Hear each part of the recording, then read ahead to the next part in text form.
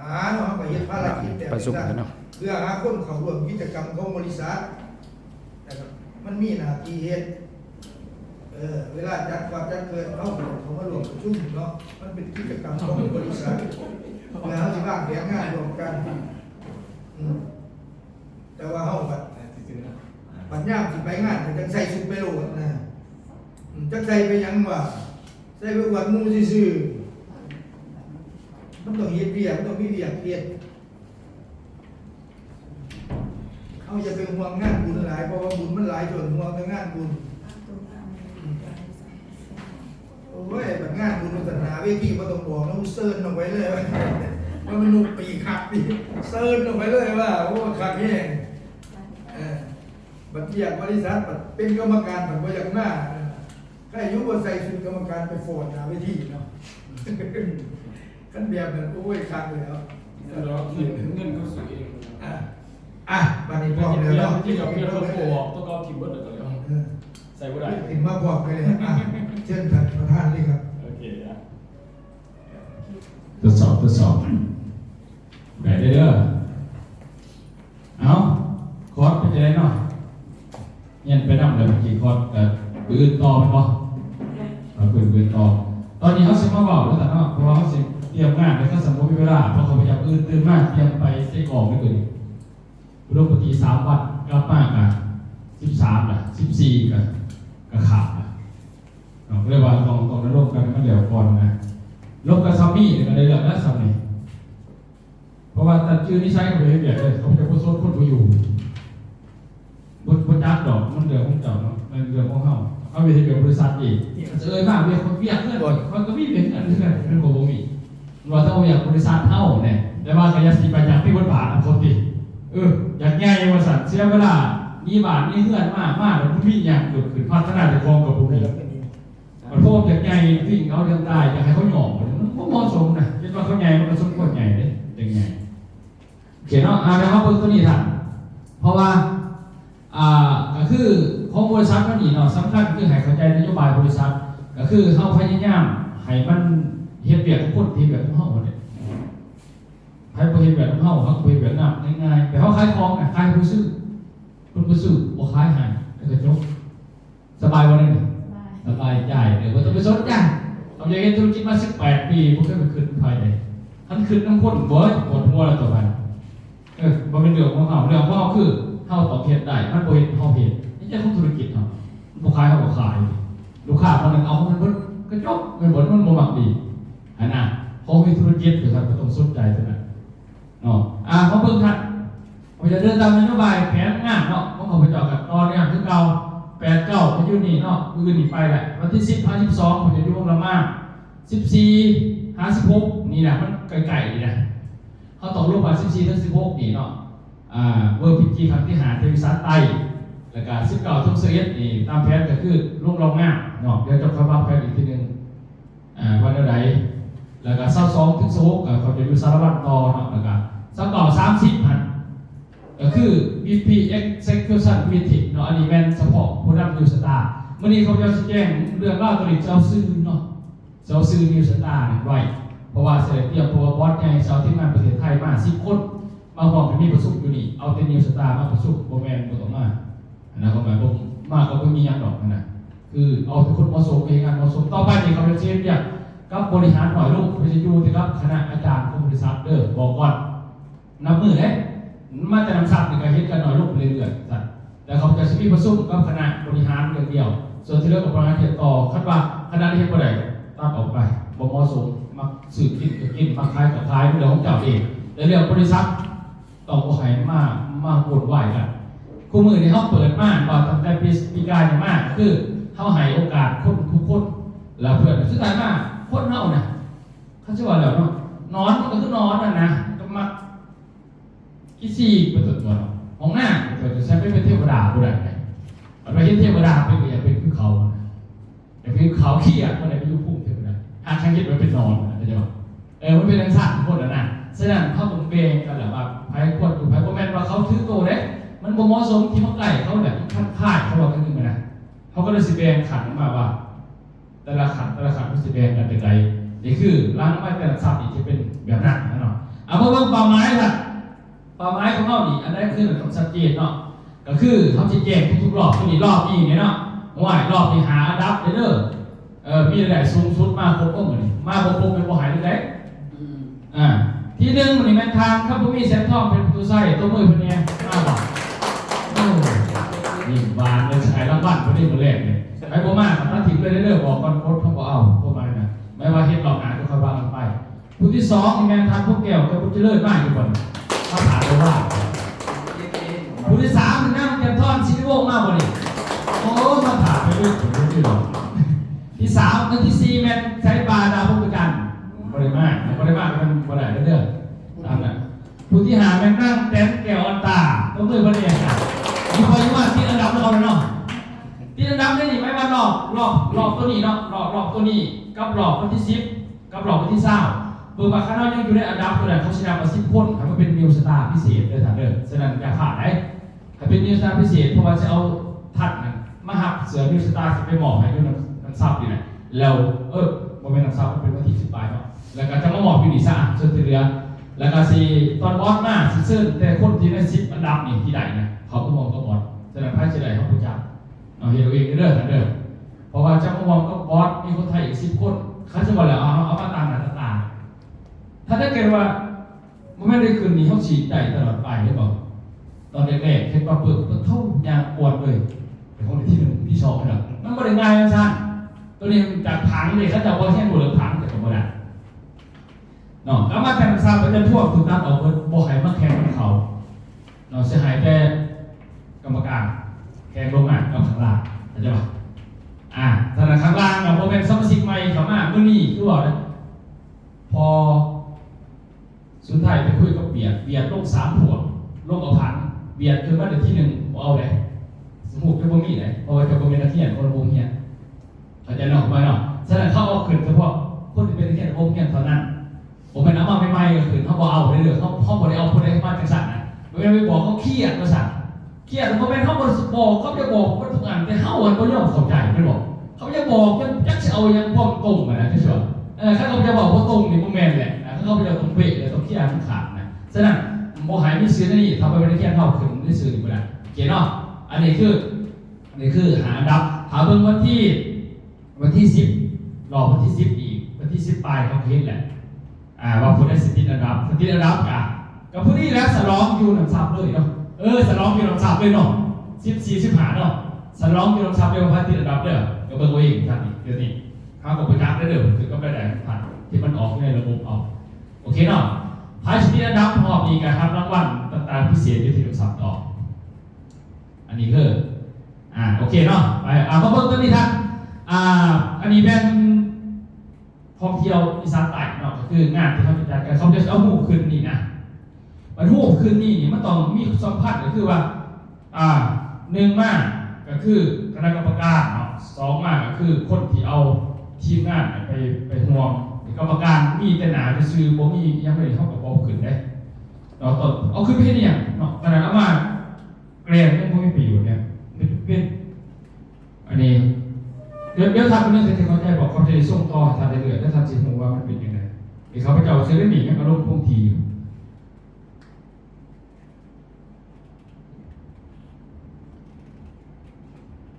เดี๋ยวตัวนี้เขาเบิ่งรายชื่อหรือตัวไหนเจ๊กแล้วตัวนี้เพิ่นเจ๊กมากตัวนี้เนาะเพิ่นไหนเจ๊กมากเขาก็เชื่ออยู่เพิ่นสนใจเด้อทุกท่านเด้อผมมีแต่ไหนเจ๊กมากเราเพิ่มเรียกกับบอกว่าในเพิ่นเจ๊กนั่นในกลุ่มเรียนนะตอนนี้มีทั้งหมดนี่39 คนที่ผ่านนะครับเนาะแก้วใจทั้งคนแก้วใจ3คนนี้มีแต่2ผ่านคนตะวันตัว3นี่เดี๋ยวจะอ่านเด้อแก้วใจที่2วาสนาพุทธิราชสายพอดคำไม้แก้ววิไสสนะอันนี้ไม่เป็นคงมีว่าถอนจันทร์ไสยวงศ์นั่งสุ่มธนานั่นเยี่ยมน้ำบุญมีแก่สว่างเข้ามาบุญจิตบุญมีไสยวงศ์บุญเรียกบุญเจริญพวกแก้วบุญเจริญเวียงไส้หยอดไส้มีสื่อเรื่องนี้ขันคำชิบุญเฮืองกาบแก้วน้ำแตนแก้วอ่อนตาสายปลาพึ่งประจันศรีสวัสดิ์อัครวงศ์ตัวนี้ขับขวงปีเป็น สันติสุขพิมพ์มา3โอ้ยแนวได้คนละคนไม่ใช่หรอสุนไทยพวกขาวดันจันทอดทางลำไพ่แสงจันทร์พวกขาวแล้วเข้าไปเพชรสารวัตร3 คนแสดงว่าผู้ใดเนี่ยประทันมีโอห้องนอกเลยครับแต่เขาจะบอกห้องงานก็เพราะเอาบัตรไปของพิสอบว่าเอา เขายิ้มแก้วเสือยิ้มแก้วเสื คนที่ไม่ใช่ว่าแตนหนึ่งไม่ใช่ว่าแตนโอวาสนาเกี่ยวกันนี่แหละให้แจ้งซื้อมากแต่เวลาเขาอ่านเขากลัวสอบไปเลย เพราะว่าแบบวาสนาเกี่ยวตาเจ้าอีพีแดง เขาพยักไม้บางเขาแจกเพิ่นมึงเรียกลงไปเขาต้องเอาซื้อมาแจกเขาซื้อเบิ่งนะสำคัญที่สุดคือห้องนอนแต่เขาใจว่าห้องนอนเนาะบอกว่ามื้อนั้นเขามีแขกแนวใดขนมแล้วมันเกินเท่าสิบแล้วต้องมีเพจได้เด้อตัวนี้แล้วก็เขียนลงไปเนาะพวกหมายถึงเขากดสอบตัวนี้มันแล้วก็ลบไปเขาเอาไปมื้อนั้นเนาะก็คือผู้ใดมีทีมจะขอการสอบ10 คนนะได้สิหายที่เนาะก็ไม่เท่าหายนะบางทีเอาบัตรไปมื้อนั้นมันก็มีเอาบัตรไปแล้วแต่ว่าเข้าสิได้รูปบอลอีกแบบนึงเนาะตัวนี้ไม่ว่าต้องไปเทียบอื่นให้จบไปเลยจะเอามือได้มันจบเขาเข้าใจเลยเพราะว่ามึงเข้าไปมันสุกนี่มันก่อนสิไปหรือว่าสมองมันต้องขี้อ่ะนำซับไปสอนเขาโลดอีกมาถึงบอกว่าไม่ดูสื่อถอดมือเขาสิไปพวกนี้แล้วแต่มันเรื่อง10 คนสัญญาเอาเขาก็ให้ไปที่เก่าเลยนักซื้อพันแรกได้แล้วโอ้ก็ต้องละเอียดเลยหรอกมันเชื่ออยู่เลยเดี๋ยวทันเดียวนะตอนนี้นี่เบิ่งว่าผู้ใดที่ยังอะไรกับรายชื่อที่เอาบัตรไปนะมันก็มีอยู่ขนาดตอนนั้นอยู่นะ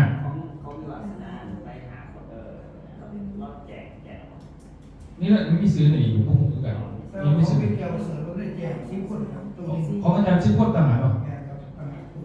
นี่เรื่องสีเขียวเดี๋ยวก่อนนอกจากไม่ได้ดีแล้วนอกจากนั้นหนีเร็วไปอ่านด้วยกันเด้อนอกจากนั้นเร็วนะนอกเขียนไปนะเพราะว่าขั้นตอนสรุปคนอีกอื่นมันกับพวกผมสรุปมาได้เดี๋ยวนี้แสดงว่าบริไปตรงไหนแล้วเขาประเมินเดี๋ยวพอเขาบอกให้มีความเสี่ยงเขาดี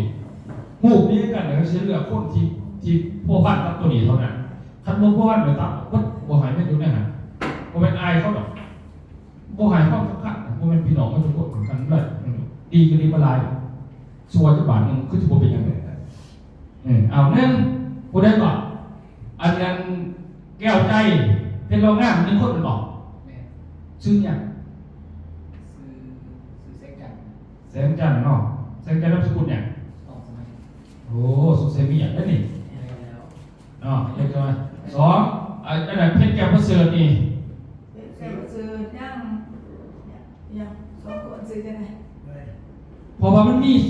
เพชรแก้วประเสริฐเข้ามา10ในร่วมถึงอันนั้น แม่ร่วม โอ้ก็มันต้องเงี้ยกับจะมีมันมีซื้อนี่ไพ่เนี่ย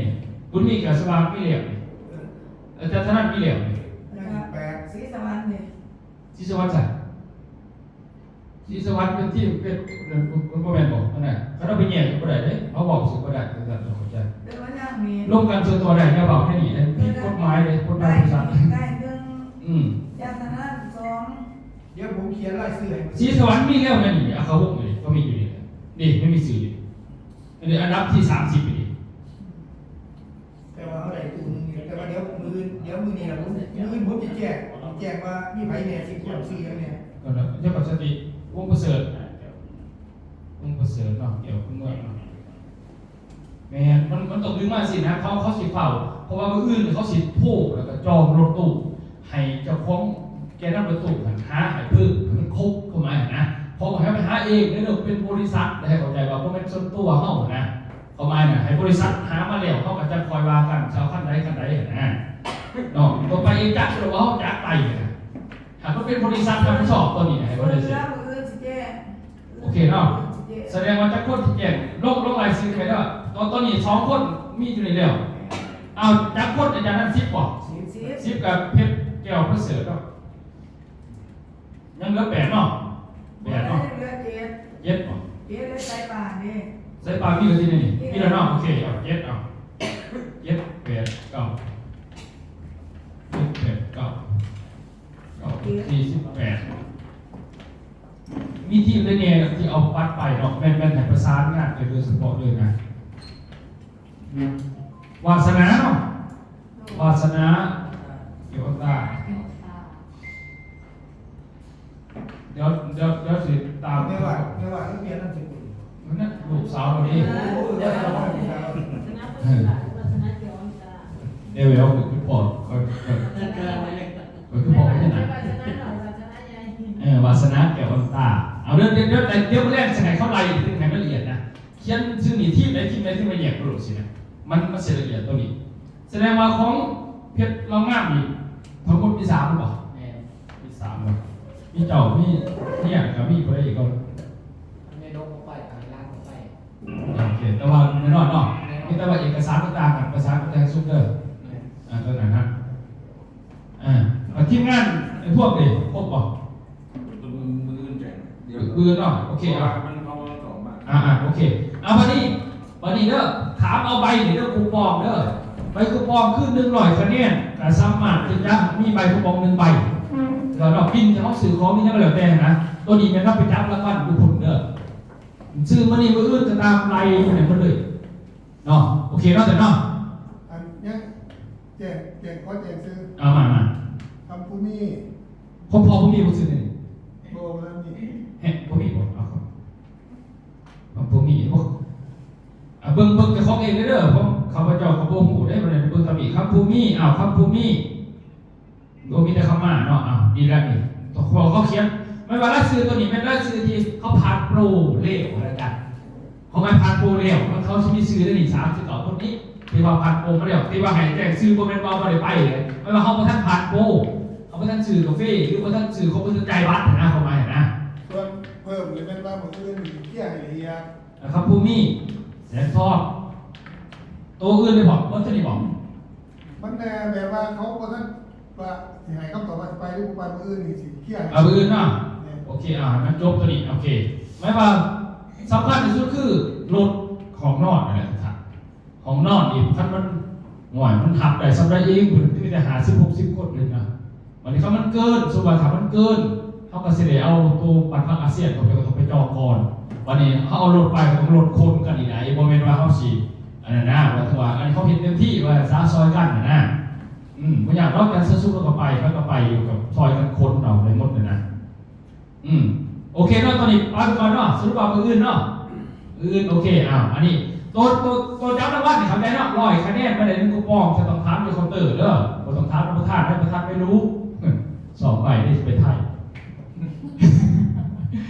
พันคะแนนก็คือที่ไป ครับ100คะแนนต่อ1ใบมีจับรางวัลต่างๆหลากหลายเหมือนเดิมนะครับเขาจะสรุปวันนี้มื้ออื่นเนี่ยสิโทรหาบอสอินซิเดตกับทางรองเพิ่นจะมาห่วงนะเข้ามานะก็เรียกว่าสิขออย่างต่างๆที่เพิ่นจะมาก่อนสิว่าเขาต้องสรุปเรียบร้อยเพิ่นก็จะได้นาผ่าเพิ่นนำแหละกัชวนาเขาบ่แม่นผ่าเพิ่นเข้ามานะโอเคเนาะวันนี้เขาบอกอย่าลืมว่าเฮามีวิเที่ยวสถานเที่ยวเนี่ยเขาอยากให้ทุกท่านเต็มที่ก็เข้ามาเที่ยวพอเขามีบัตรมีป้ายกันก็เขาจัดการดูแลดูพี่นะมีป้ายที่อยากให้ถือเนาะถือเขาก็ใส่ที่งานถือคือยันชั้นชุกนี่ครับที่สอบเลยก็นี่นะแล้วก็ไม่ว่าทุกคนที่ไปเขาไปในคิวเดียวกันแล้วเวลาใครถูกก็ได้เอาไปยังไงทายนะวันนี้ในการไปนี่เขาสีเอาไปจะใช้นุ่งเครื่องอะไรจ้ะ14ตกลงกันเลยนะนี่วันที่14เอาแค่ ใส่ เลย เสื้อทีมเนี่ยนะโอ้ยเสื้อทีม ซึ่งที่ใช้15 ใส่ที่มา เนี่ยเอาแต่ถ้าต้องจื้อเด้อบอกที่มันเป็นของมือว่าที่14เขาจะใส่เสื้อนั่นที่นี่แต่ทุกคน เสื้อตัวสีนี่เป็นยัง ที่นี่ผู้บ่มีก็สินี่ผู้ใหม่ผู้ว่าสิไปทางเฮาเขาก็บ่มีแบบ น้องไปจุดเกินได้เขาใจร้ายเลยได้สิแล้วไป ไอ้มันลายเห็นไหม เขาจะ เขามีการเขาสื่อถือกัน เก็บเงินกับผู้หญิงให้เขาเกิดว่าอะไรร้ายพวกไม่ได้พวก สิไปใหม่เพราะว่าไปใหม่นำเสียง บอกผู้สิไปใหม่เขามีเสื้อที่หมดละ เขาสิให้มี เนี่ยมันก็คือเก่าเอาจังสี่ซ้ำมีแต่ตัวได้เขามีตัวเขาต่างก่อนตัวบ่มีอีกอ่ะจะคอยเขาเบิ่งเอา ถ้าผู้มีแล้วก็ใส่ไปผู้มีก็บ่เป็นหยังน่ะ เอา ธรรมดา จะได้วันที่14เอาเสื้อเลยเนาะ เสื้อนี่แหละมันมีลาย ซุปเปอร์เนาะจดไว้เด้อเพราะเขาจะต้องไปเฮ็ดร้านตัวเก็บเนี่ยซุปเปอร์ VIP ใส่วันที่14เนาะ แล้วผู้บ่มีนี่ ผู้บ่มีก็ตามใจเจ้าของ ใส่เสื้อทีมมาเนาะ แม่นแต่ว่า15เขาก็อยากใส่เสื้อทีมนี้ก็อาจารย์ ก็ให้ใส่อีก แล้วแต่เนาะแล้วแต่สมมุติเอาเลยสิถ้าเอาตามต้นเสือซุปเปอร์เนาะตามต้นเป็นเสือซุปเปอร์ VIP เด้อแต่ว่าคันบ่มีก็ใส่เสื้อทีมนี่นะก็ไปแล้วแต่โอเคว่า14เด้อมื้อเดินทางเด้อ15วันนี้วันที่15นี่เป็นเสือทีมเนาะ 15นี่แม่นไม่ว่าอยู่รีสอร์ทอ่ะอยู่น้ำซับอ่ะเสือที่ไปที่หลับเขาว่านี่แหละเสือที่เอาไว้โซ่ที่เจ้าของคือวันที่15วันที่ไปมันที่แง่กลุ่มถ้าไม่มีคนร้ายก็เห็นมาที่กับของร้ายนี่หรอเคยเรามันไปแข่งกันแบบนี้ให้บ่มีทีมกับตามเขาคนว่าตามนั้นใช่นะอันนี้คือว่า15เนาะ15วันที่16อาจารย์วันที่16นี่แม่นเสือครอบครัว ก็อยู่จังมือนี่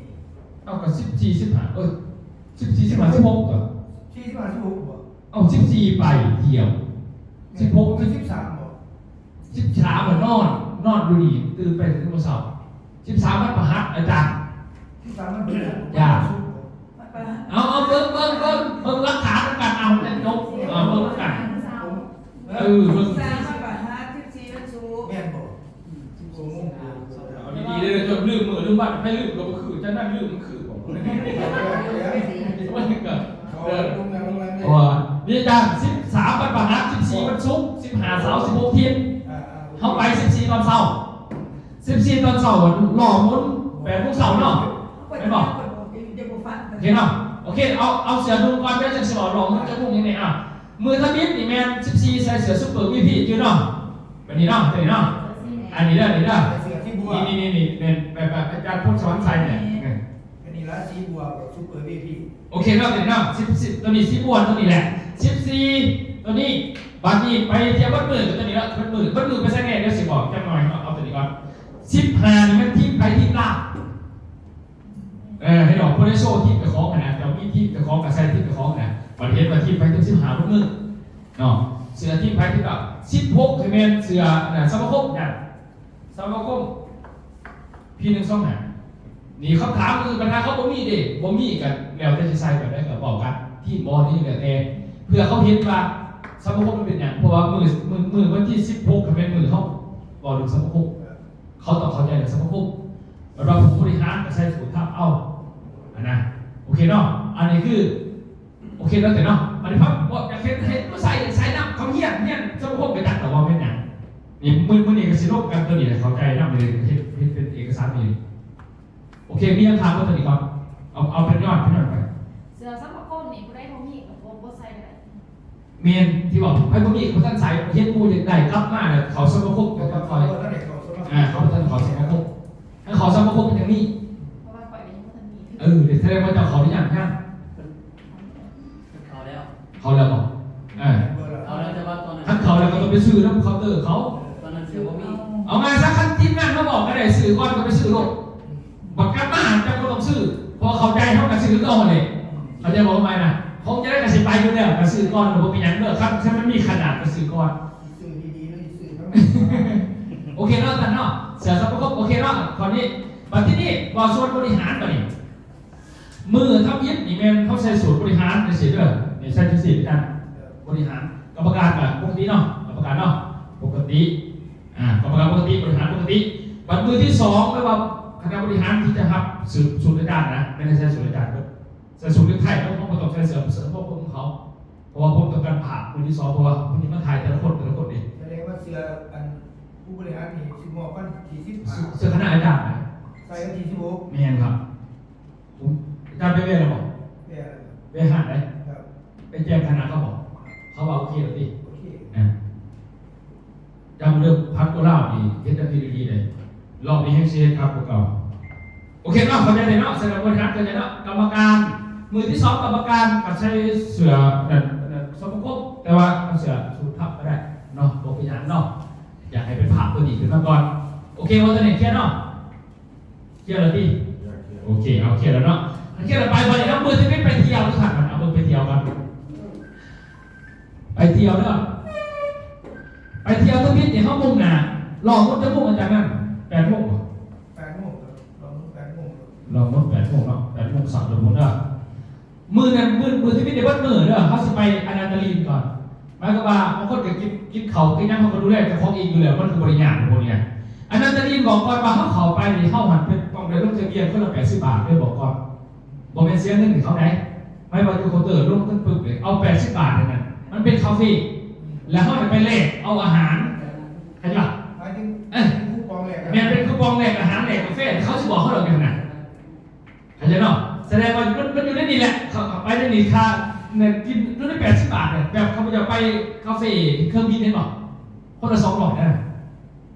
คนละ200เขาไปแต่ว่ามันมีเขากินอยู่ในไหนจ้ะคุ้มอยู่แล้วเนาะคัน100คุ้มเนาะมันเป็น200บ่ครับมันจะเป็นเดี๋ยวเขาสิเลือกเอามันจะมีกาแฟบ่มันจะมีอย่างอะไรนะอย่างคืออาหารญี่ปุ่นเนี่ยเป็นยังไงซูชิอย่าง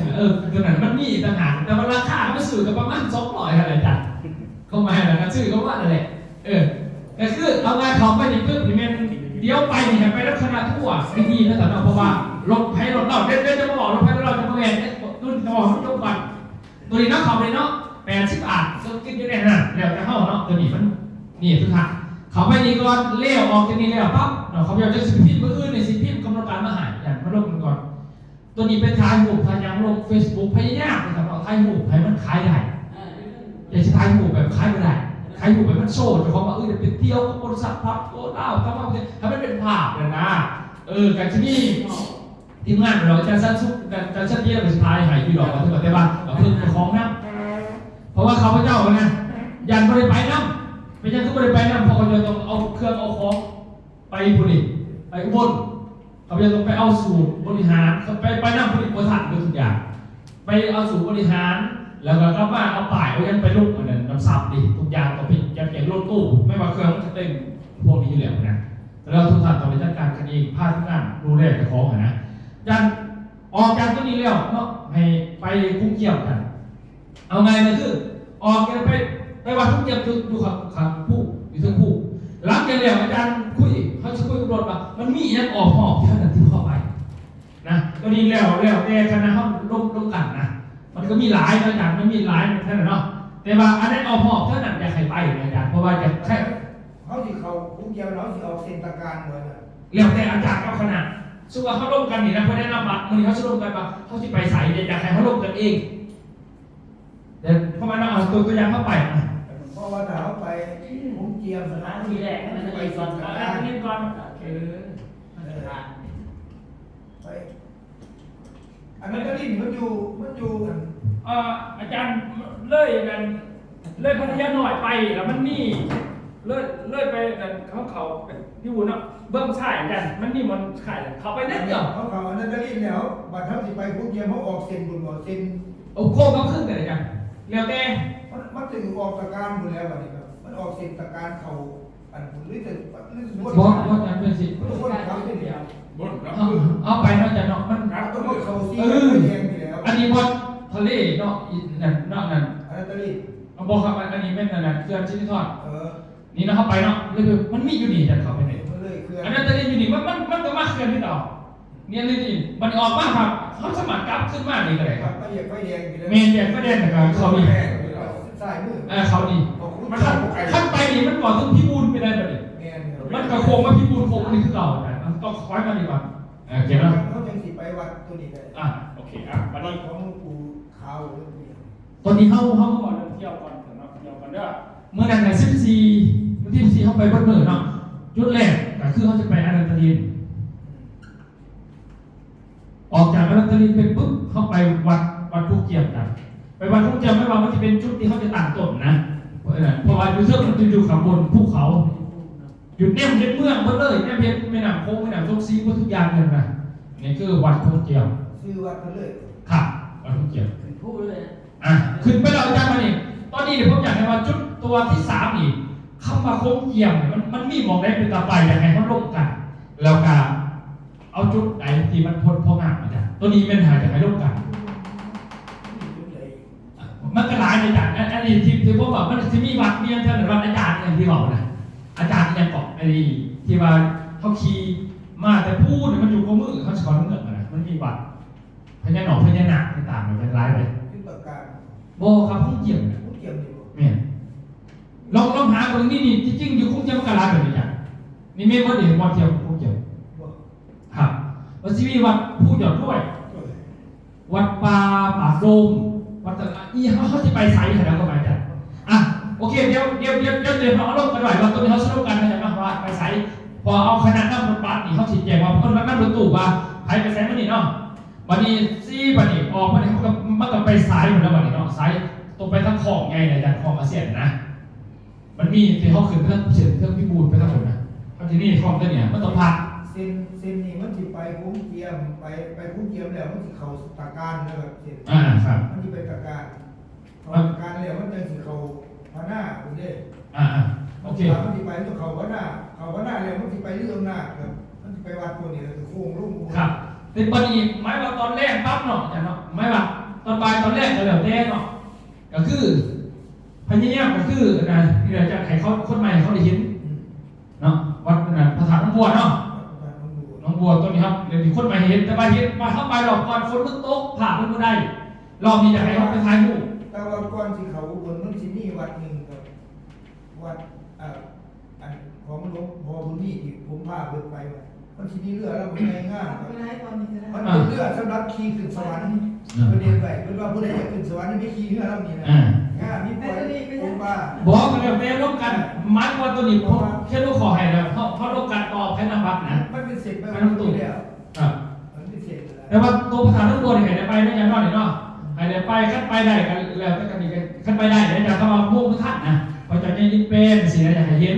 นี่สินอยจะเพิ่นไปกราบพระจะเป็นดูดีในเมืองอุบลอยู่แล้วนี่ในตัวเมืองอุบลโดดกลางเมืองอุบลเลย แล้วก็ไปห่างเนาะห่างแล้วก็มากินเขาอยู่พิซีเหลือแต่จากสิฮอดประมาณ1 ทุ่ม 2 ทุ่มแล้วค่อยเขาที่พักก็ได้พอเป็นหยังโอเคนะประมาณนี้นะอันนี้คือมือแรกอยากให้ไปเราจะให้ไปอยากให้เก็บภาพทรงผมในกลุ่มต่างๆหลากหลายตอนนี้ตอนกลับขั้นแม่นี่ก็ดีเอาตอนกลับตัวนี้ ท่านเนาะ ตอนกลับเดินตอนกลับคำว่าคำเท่ากับกลับแต่ตัวนี้เพราะมันอยู่ด่านดิอยู่ด่าน ไก่ดาน แม่ไก่ด่านนี่กับด่านเลยหรือว่าซีเวนนี่ก่อนจะไปอันเดอร์ลีนก่อน บอกเอามาตรีก่อน นี่ตัวนี้เอาขาครับนี่แหละที่ ขากลับมันจะงานเนาะ แต่ว่าผู้ลงคนขายไม่แหละผู้เขาเนี่ยผู้ลงคนเมื่อย เนี่ยว่า จริงๆเบื่อที่มีเดี๋ยวไปแล้วก็ไป หรือว่าไปนี่ก่อนก่อนจะไปสอบ ไปดูกันก็ได้ อายุ10บอกผมอยากให้เขามานั่งรถกระของบัตรกันฮะรักบัตรที่เขาดูเรียกนี่เขาบัตรกันตู้เนี่ยมาบอกกันเนาะเขาสิไปเซ็ก่อนแต่ว่าเอาข่าวประมาณนี้ก่อนเนาะ เอาสินั่นกันแอาจารย์เช่นนี้มาลูกที่หนึ่งไปใส่ก่อนเรียนแล้วมาเลย เอาให้อาจารย์นั่นเอาอาจารย์นั่นเคสอะไรเอา สันโมสเกตเอา ลบกันนะมันแบบซุ่มนี่เลยอันนี้คือเบียดรักเขาเด้เอาชุดนี้ก่อนก็ได้นะไปนี่แหละไปอนันตลีแต่ว่าสิ่งที่ผมจะได้คือผมอยากได้หูรวบกันอาจารย์ พวกเรา แล้วก็มีผ่าเข้านะ พาเขาไปใช้วิวใส่ อายุ วิวเนาะ วัดนี้ผมก็รีบสื่อวัดผู้ว่าเนาะ ครับวัดภูเผา วัดเป็น แม่ ผู้ว่า นี่ไม่เขาจะเย็น เอาไปอีกก่อนนะเอาวัดภูเผาเพราะว่าตอนมามันเฝ้าไว้เฝ้าเล่านะตอนมานะ เพราะเด็ก ส ท องอนันตลีน สองอนันตลีครับสองอนันตลีวัดภูเผาก่อนสองอนันตลี3ไปวัดคุ้งเยี่ยม สาม วัดคุ้งเยี่ยม ผมเกียม 4บัณฑิตอีกอย่างนี้คุ้งเยี่ยมที่เป็นไปอาจารย์ลงหาเบิ่งร่วมกันตัวที่4เพราะว่าวัดคุ้งเยี่ยมแล้วมันจะไปมันก็เพราะมันเป็นอำเภอหนึ่งคุณอามันอยากให้มันคือๆนิดหน่อย มันมีวัดยังอีกเดียวเดี๋ยวไปมันอยู่ในเศษภาพ ครับเพราะว่าทางเขาขึ้น ถ้าเขาเพราะว่าผมอยากเวลามันสิบ่อะไรนะ เอาอาจารย์นะ ที่เลิก วัดของเทียมเป็นวัดของไงบอก บ่แม่นครับวัดของใหญ่สิเลยไปอีกครับวัดของใหญ่ที่มันอันนี้บัดนี้ซ้ายมือมันสิเป็นวัดของ เอาชื่ออาจารย์คันมันสิว่าท่านมาตาขึ้นทันเอามาบิชีเลยจะชื่อของอะไร บัดนี้คันป้าวัดขุงเจียมแล้วที่นี่ 4 จุดที่ว่า เมาก็สิไปผมสิบ้าก็ไปวัดำแค่สวรรค์เนาะ วัดสะเอียงนี่ อาจารย์แก้ไขป่ะวัดตัวเฮือสวรรค์น่ะบอก แม่นครับ เอาอาจารย์แก้วัดเฮือสวรรค์หลุดบ่แม่นนักแปลงมาหลุดวัดทุกอีก คันรวมภูมินี่นะ อ่ะ สวรรค์ ขั้นตามจองเป็น7 ตู้แต่ขั้นบนซึ่งนะคือ6 ตู้ พอดีเป็นกำหนดการไหน แม่น บุญมีวัดปูบุญมี ขั้นตามเบิ่งนี่ตามซื้อนี่6 ตู้แล้วนี่ก็เลยเขาสิแบ่งคนดูแลรถตู้เลยมื้อนี้เขาลงกันจบเลยใครบ่มาก็เป็นลูกน้องหมู่แล้วก็ไม่นานถามออกอยู่เนาะต่ออาจารย์ต่อ หลังจากไปวัดนี่แล้วเฮาก็สิไปวัดวัดสะประสานสุขนี่ ตู้นั่นวัดสวรรค์นั่นบ่ ครับ สัมประสานสุขจัดไฟ สุขแต่ว่าเพิ่งผมอะไรก่อนจะไปหอดอีกไปอีกมันมีเขาการเ เขาประกันแล้วที่พัฒนาพาเขาเมืองนี่บ่ เรื่องแกอาจารย์มันบ่ดุนดอกเขามีดอกแค่ตัวบ่ไม่หรอกบ่ควรมา ไปวัดอันนั้นนำวัดเดี๋ยวไปทายอยู่นะที่นี่อะไรขึ้นอยู่พระนานั่นอยู่หน้าโรงพยาบาล ยังก็วัดยังก็ วัดดอนขวัญ ดอนควันเช่นใส่งามตัววัดดอนควันแต่ตรงนี้ ดอนขวัญเนี่ยวัดดอนขวัญ ก็เขาไปตัดสูตรดีเอาที่เขาไปตัดสูตรดีตอนนั้น วัดดอนขวัญล่ะ เบิ่งนี่โอ้แสดงมัน ไปดูนี่ มันเหมือนเวลาไปนี่เห็นนอกจากตัวนี้เลยเขาว่าไปหลายกว่าเขาส่งไปเลยเวลาไปดี ไปดูลิงแล้วเขากับเขาเรื่องน่ะเขาเรื่องน่ะ เพราะว่าเรื่องนั้นเขาจะ เรื่องน่ะ ตายไปแต่ว่าเวลาต้องกระชับชิดได้ต้องฟังแกนำไปเลยว่ามันเป็นร้อยเพ่ไปเลยไปนั่งโดนไปไหนเพราะเราบอกป๊อปนะ เพราะเขาวัดเรื่องน่ะแล้วออกจากวัดเรื่องน่ะเขาไป เขา วัด โมบน วัดไอ้พระธาตุน้องบัว ประธานบัวตัวนี้นี่ประธานบัวตัวนี้ วัดพระธาตุน้องบัว ประธานบัวนี้ประธานบัวเนี่ยเขาเนี่ยหาเลยมาจากนอกเส้นทาง แอนครับคือวัดไปวัดพระธาตุน้องบัวแล้วปุ๊บคันมันบกคำเนาะเขาบิ๊กซี่ไปกินเขาอยู่หันก็ได้ บิ๊กซี่ที่เราตอนจบ บิ๊กซี่กินเขาแล้วกับเขาสับ เราจับด้วย คงไปก่อนกัน ครับถามว่าเขาเพราะว่าถ้าเขาสิไปเขาอันน้ำซ้ำที่สดมันกับพานเขากับสิพานเขาไปยังอันไอ้ยังเส้นทาง แสดงว่าเขาบิ๊กซี่ก่อนคงไปจะกันกันเส้นทางคือเขาไปที่พักจริงเก่ามุ่งก็คือที่มุ่งบ่เป็นหยังถูกไหมฮะพอท่านนี่เตรียมไปหายไปแล้วแกกินเขาแล้วนะครับที่พักได้บ่หายไปทานกินเขาที่พักก็มีคนกิน ไปบิ๊กซี่นี่คือมันต้องได้กินเขาแล้วนะถามผมโมกแรกนะ ทางด้านหน้านี่เพราะว่ามันจิตคำหนึ่งประธานน้องบัวนี่ บ่เป็นหยังมันยังมีเวลาดู ยังไม่มีเวลา ขอแต่ว่ามันได้ไปวัดไหนนะถ้าเดินวัดมันก็หาไปเลย ไปบิ๊กซี่บอล เอา เอามาเวลาเอาคนนี้เวลาไปบิ๊กซี่แล้วเขาทิปไปเส้นทางเอาไปเส้นทาง เส้นทางราคาเขาที่พัก เส้นทางแล้วเขาที่วางเลย โอเคได้พบถ่ายแล้วเนี่ยเพราะว่าพวกจะไปพิมพ์ให้มันแรกนะ เขา พวกถ่ายมาสุดกันก่อน เข้าที่วัด ดีฝาก เอา พวกถ่ายก่อน จะหมกยามัน ยามัน ก็จะสนใจนั่นเวลาก็จะ ขึ้น มีคนเที่ยวเลยหลาย เมนก็ได้เจอ ตัวเขาไปเวลาแกมองละ30 นาทียังไง ตัวพบใหญ่คือพบใหญ่รูปร่วมเหมือนกันยังอยากให้เป็นรูปร่วมกันแต่ก็มีผาพอเขาเสียมาใส่เขาลงไป กินข้าวยางมันจะกินได้ใช่ เรียวในเวลา เบิ่งเวลา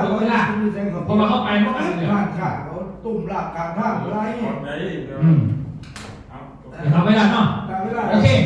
แสดงว่าโตมือ14จบมาแล้ว14เนาะ14จบแล้ววันนี้จังก็บอกถึงกับนั้นไผเป็นหัวหน้า ขนาดมันได้ลงวัดพระเจ้ายินแปลงครับนี่ ครับ แต่ว่าเขาลงวัดพระเจ้ายินแปลงก่อนนั้นยังเขาพระธาตุน้ำบัวกันได้ ถามว่ามันทำมันจะคอยตัดไปเนาะ จะมันยังไป อาจารย์เขียนใส่กันเลยกันเลย อาจารย์ท่านนั้นเขากำหนดใส่น้ำนั่นน้ำเวลาลงปรับทางหกกรจะไป อาจจะทำอะไรครับ วันนี้เสียเลยที่อยากติดรถตู้1ตู้2ตู้3 ไปไปลงรถที่ไทย 12พระเจ้ายินแปลง ไล่คนไปหรอก เมน ยินแปลงง่าย คือสำคัญคือเขาไปเขาต้องให้คนใหม่ไปทำให้เขาเห็นว่าการดูแลเขาดีดีโมเมนต์ไปสะดวกกันทั้งหมดเลย เขาพระเจ้ายินแปลงแล้วเขาจะไปวัดพระธาตุน้ำบัวเพราะว่ามันอยู่ก่อนมันอยู่เส้นทางเนื้อสิบานดี ว่าเวลาทานที่ง่าย 12 วันถือว่า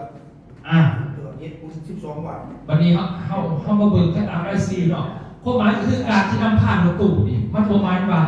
ผู้ได้เก่าหรือไผใหม่มันเกี่ยวกับผู้ใดไปแบบคุ้มครองคนใดเมนบ่ล่ะไผไปแล้วซักน้ำคนใดมันจะเมนบ่แม่นว่าเขามีคนร้ายไปคนแบบประหอดจะสิไปจังได๋บ่จักกันนึงเอาบ่ฮู้อีกนะจะสิว่าของเขาเอาบ่ได้มันได้ยาก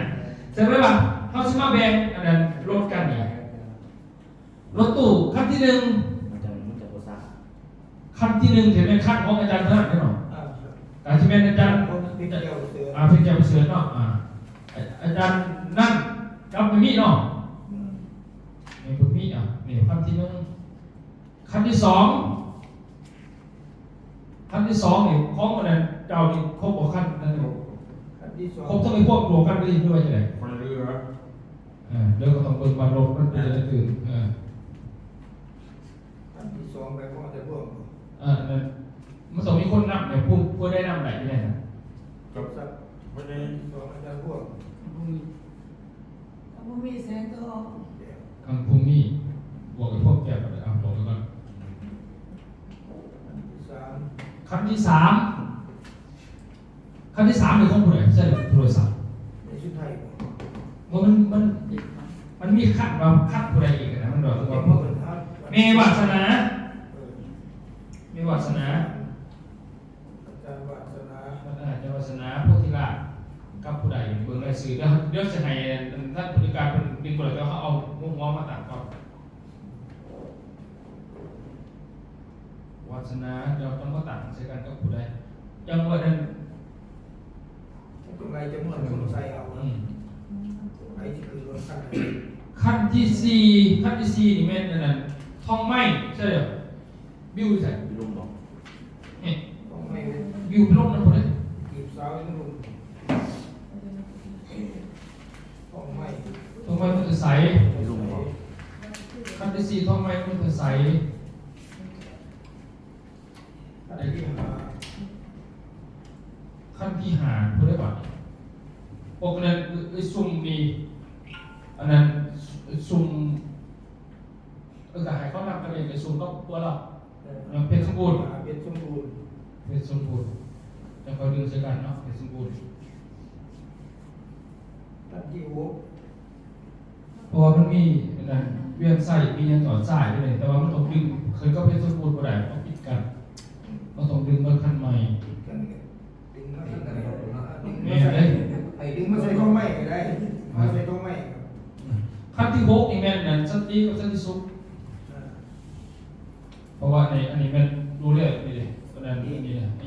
แก้วเลยแก้วของสารวัตรเลย สันติสุข สติกับสติสุข สันติสุข หกเลยจากที่เป็นอยู่ไปขั้นที่เจ็ดมีหกเนี่ยเอาจะดึงใส่กันเนาะเอาหกก่อนเนาะก่อนนะหกก่อน ยังชิงได้ ท่องไม่อันนั้นพอไอ้ก่อนนี่ พอสุดท้าย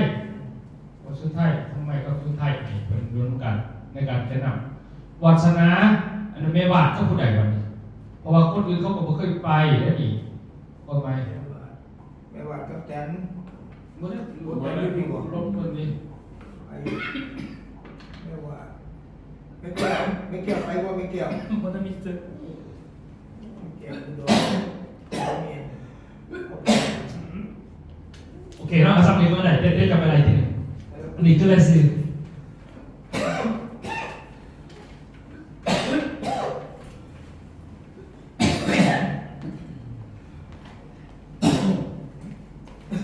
โอเคเนาะเดี๋ยวจบไปแล้วเนาะวันนี้มาเบิ่งกำหนดการรอบนี้เข้าชีเนาะในกำหนดการวันแรกเข้าชี2นึงรอบนี้เดี๋ยวผมจะโทรหาบอสก่อนเพราะว่าสิถามเรามากบอกมากกันเพราะไม่ว่าปีก่อนปุ๋ยกับสินค้าอื่นจะให้อันนั้นสอบถามเพื่อน เราวันละ15เดือน นะครับเดี๋ยวโทรหาเราก่อน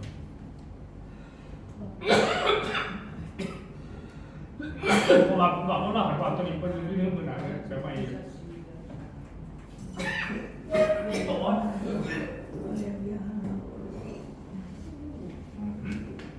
โอเค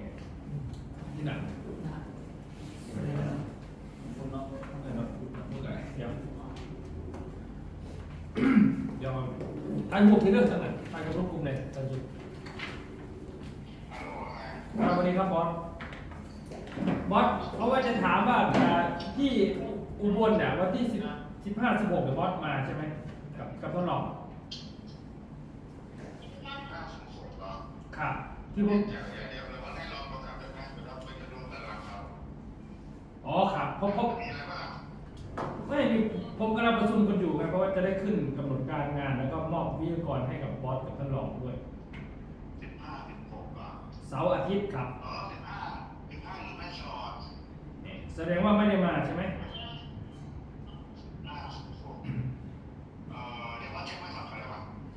ครับเร็วๆนะตอนนี้เลยนะเพราะว่ากำลังประชุมกันอยู่